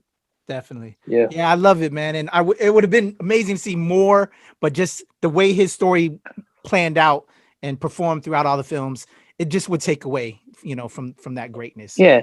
And so, we have a whole fucking universe now. Dude, think about this, bro. Going into Phase 4, Phase 5, Phase 6. Think about like the Blade movies. Think about them bringing in Fantastic Four, them bringing in X-Men. They have a whole fucking bag of shit that they can bring in now. I heard the Moon Knight's just about to be sick. I'm hearing all the shit that they're about to bring into the whole universe. Like, for them to have to go backwards, I think they already told that story with the OG Avengers, bro. Like, I think all that shit, you know what I'm saying? That it's a good honor that they killed it. They did their 10-year run. Like, they served it well. Everyone killed their role, even Hawkeye. You know what I'm saying? They all did their thing. So it's like, I think Endgame was like the perfect culmination of their saga. And I think, you know, it's so sad that Chadwick Boseman isn't here, but you know what I mean? I think like, you know what, since you brought him up, man, you know what, let me stop right there. That's the one. Yeah. So like we talked about, you know, not bringing, you know, Tony, Robert back as Tony, because the way they ran his character is perfect. But so now, because we brought up Chadwick, this is a big topic of debate I have with a lot of cats. I love Chadwick Boseman, amazing actor. But to stop now Black Panther after Chadwick, you know, passed away, and, you know, the rumor is because, you know, they're in production right now for Black Panther 2, but they're not going to recast him, and they're now going to tell various tales of Wakanda, which I think is beautiful as well. I want that. But at the same time, I think the T'Challa story, that character, you know, is bigger than Chadwick. Personally, there's a lot of people that feel a different way. I just think, you know, there's very few POC characters and superhero wise. So, you know, we finally got one, as such as amazing Black Panther. Yes, the actor was great. Chadwick Boseman, rest in peace, an amazing soul. And gave us, you know, he gave us the other additional characters through, you know, the other Avengers films. But just to stop, you know, the Black Panther superhero as a single film, just over one actor, I personally think we should recast.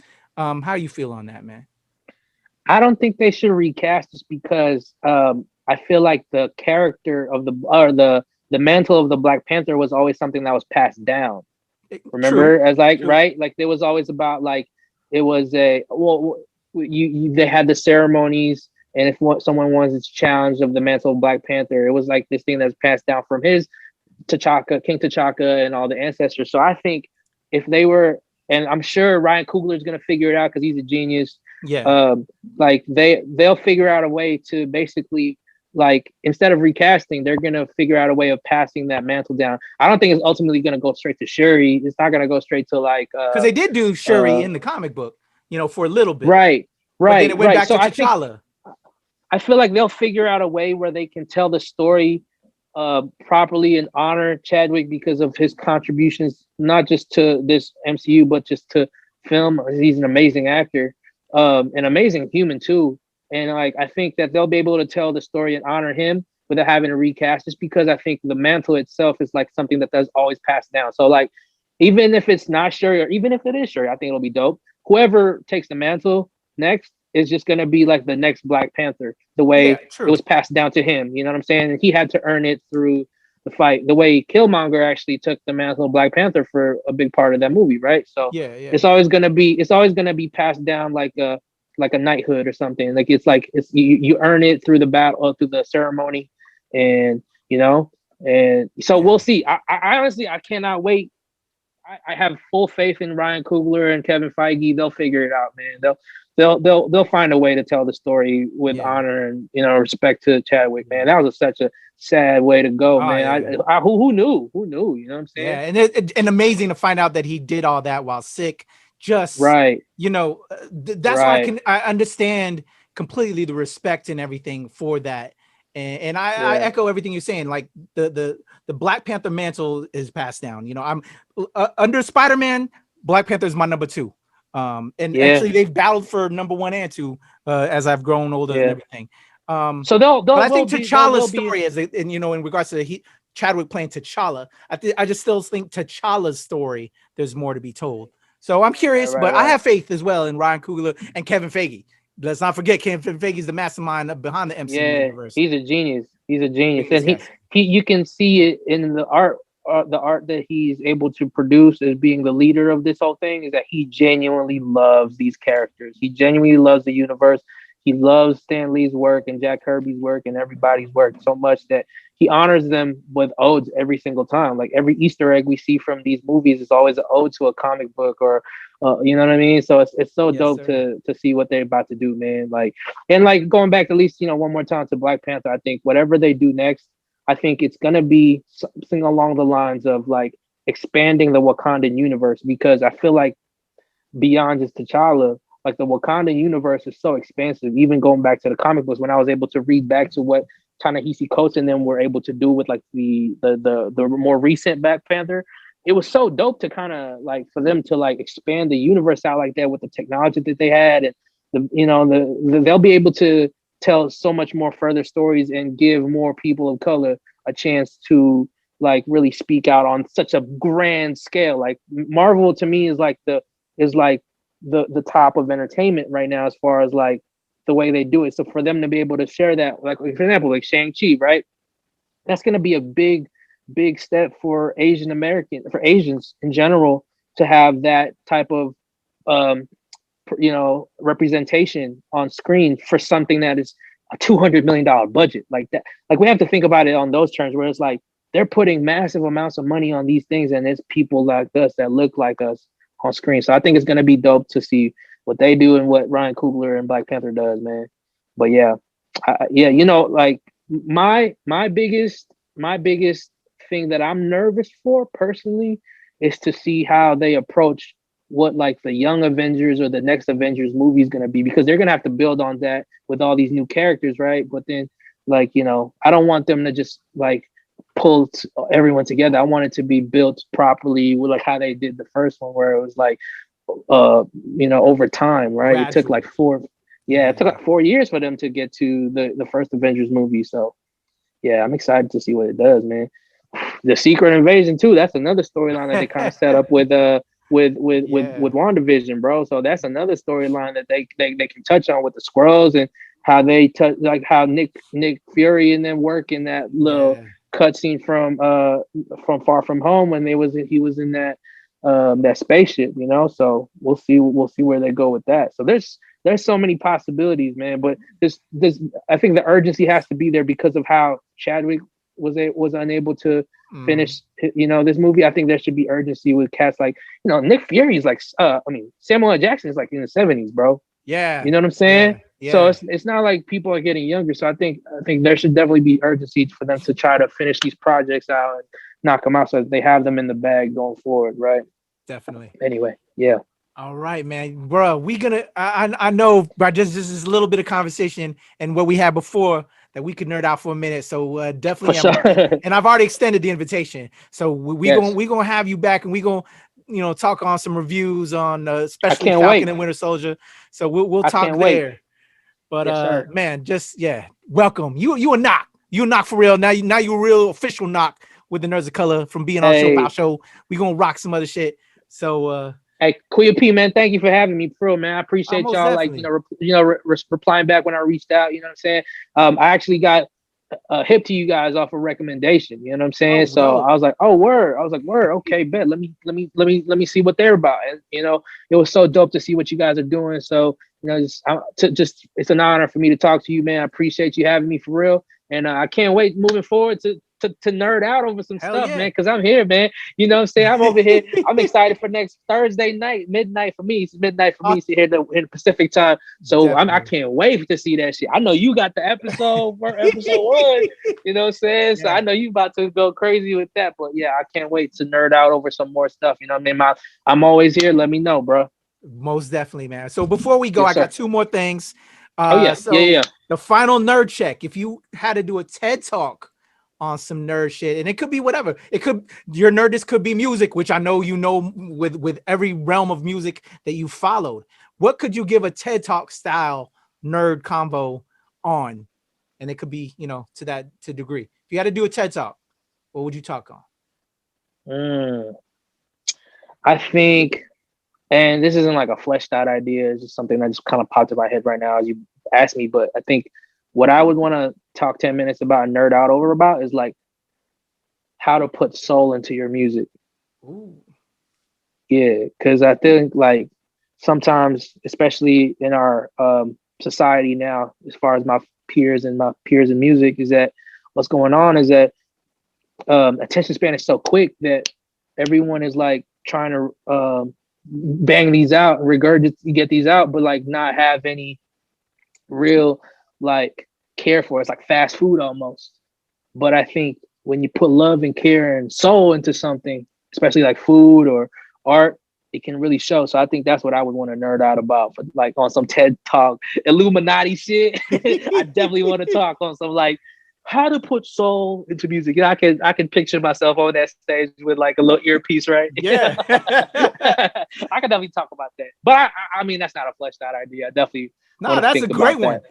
And that's a real one coming from an entertainer as you. And as we've talked about this whole time, you have a love for the craft and you studied the craft. And you, like I said, as an old head that has, came up with the music as it's released and seeing and hearing from you that, bam, the ATLians, and then you researched them, man, that just, that's what I want to hear as a fan of music and a supporter of music and artists like yourself, that there's that love. And I see that in you, man. So I think that's just beautiful, bruh. So Before we sign off, let them know how they can reach out to OG Moose. I'm gonna have some of the information right now on the screen, but it'll also be in the description. Cop nothing. Cop nothing. Yeah. But tell them how they can hit you up, bro. Yeah, man. On all social medias, Twitter and Instagram mostly. OG Moose LV. So that's OGMOOSELV. And my website is ogmoose.com. You can find all the information on there. My music, all my old stuff, my discography, my entire discography is on there. Yeah, feel free to reach out. And my new album is called NUTHIN, NUTHIN. It's also on all streaming platforms, Spotify, Apple Music, wherever you listen to music. Feel free to listen out. Can't wait to hear what you think about it. You know what I'm saying? Please enjoy it. You know what I'm saying? And like hit me up. Let me know what's good, man. You know what I'm saying? OG Moose LV on Twitter, Instagram. You know what I'm saying? All that. Yeah. Yes, sir. Yo, salamat po, OG Moose, man. Salamat po. Kuya Moose. We gonna have you back, bro. Hey. Like I said, you part of the ShoPowSho family, part of the Knock family, man. Whenever the new project drops, whatever you got coming through, we've already talked history now. So when you come back on, we just gonna wax poetic on the new shit and just have fun. Yes, sir. You know what I'm saying? Yes, That's sir. how we gonna do it now. And nerd out for real. Oh, of course. Yeah. So also look forward to that. Outside of just ShoPow shit, I have my man on the knock stuff. We'll be doing reviews, and hopefully Falcon and Winter Soldier get into that mix, man. Oh, so, yes, sir. Yes, sir. All right, OG QP, thank you, man. Most definitely, man. OG Moose, Kuya P. You can follow me at Strange Since 1977, at Temple Far East, and of course at the Nerds of Color and at the NRW, where nerds rule the world. ShoPowSho. Salamat po, mahakita. We love y'all. We out of here.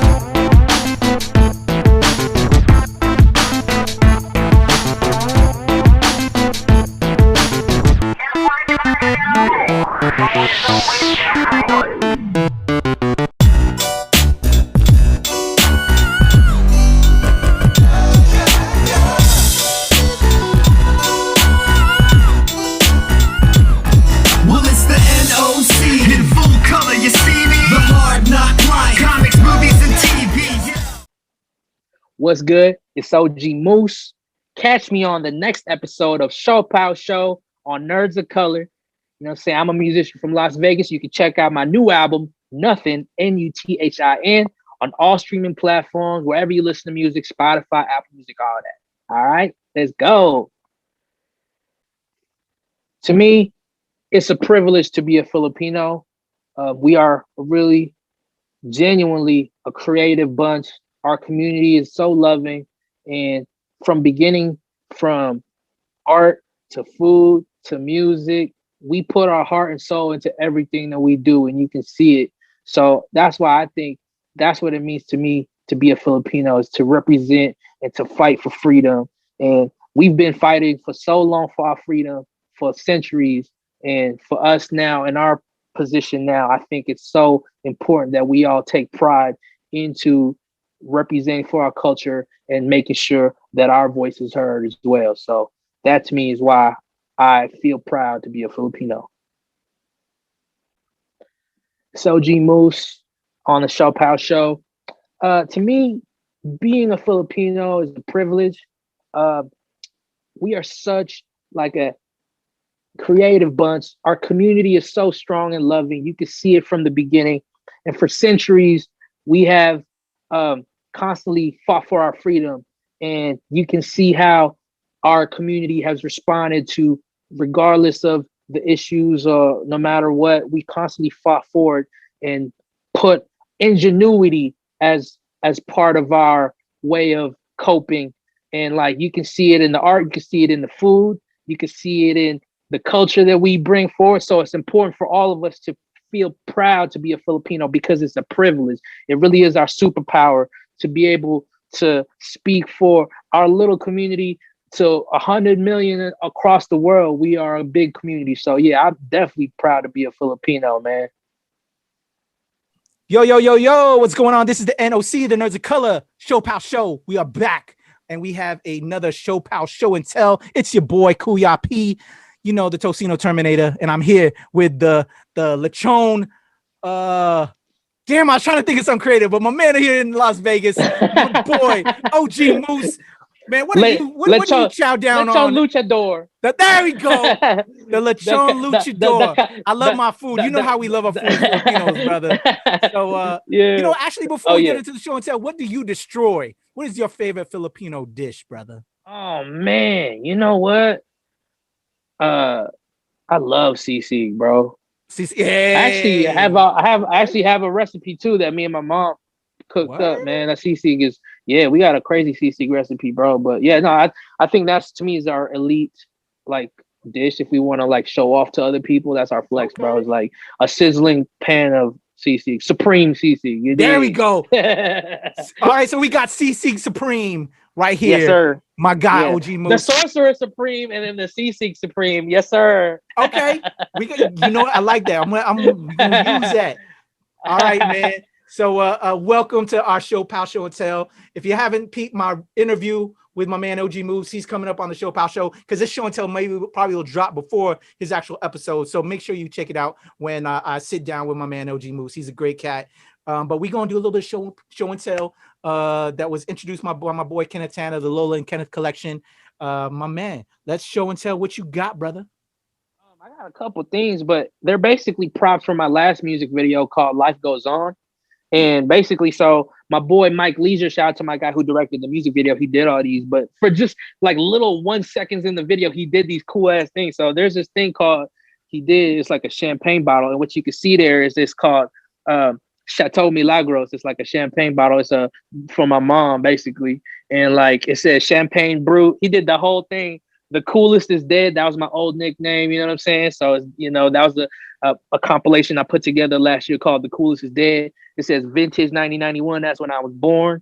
And it's like this cool ass like little bottle, like I still haven't opened it. Obviously, I don't think I will. He painted it gold and all that. So it's like a lot of thought into that. It's so cool. For like little 1 second in the video, he did that. And also he did this for another video we did for Constellations. That one, by the way, is from a video called Life Goes On. You can check that on YouTube. And then the other video is the second video that dropped from the album. It's this popcorn. It was a popcorn scene for Constellations. It says Constellations right there. And basically, it was just like I said, like my man did these for like for 1 second in the video, and he did these cool ass props. Like it's so dope. So I'm really appreciative of them. So I have this from like as a memento from that amazing shooting the music video, shooting the album art, for that new album, NUTHIN, which is available now on all streaming platforms, Spotify, Apple Music, NUTHIN, NUTHIN by OG Moose. Amazing new album. It's my best work I ever done. Please go check that out.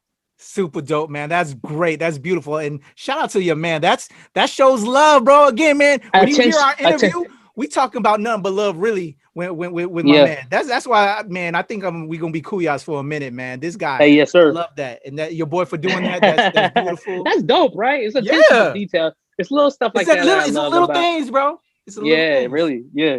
But yeah, that's my show and tell for the day for the ShoPowSho Nerd of Color gang. My God, and you know what? I'm gonna throw it to the actual. I'm gonna put into this cut the Life Goes On track right now. Check out this music video so you can see the bottle popping right now. Here we go. Yes, sir. As always, NOC, Nerds of Color, your boy Cool IP, OG Moose. Information below. Check us out. Check my man out. We out of here. Life Goes On. Here we go.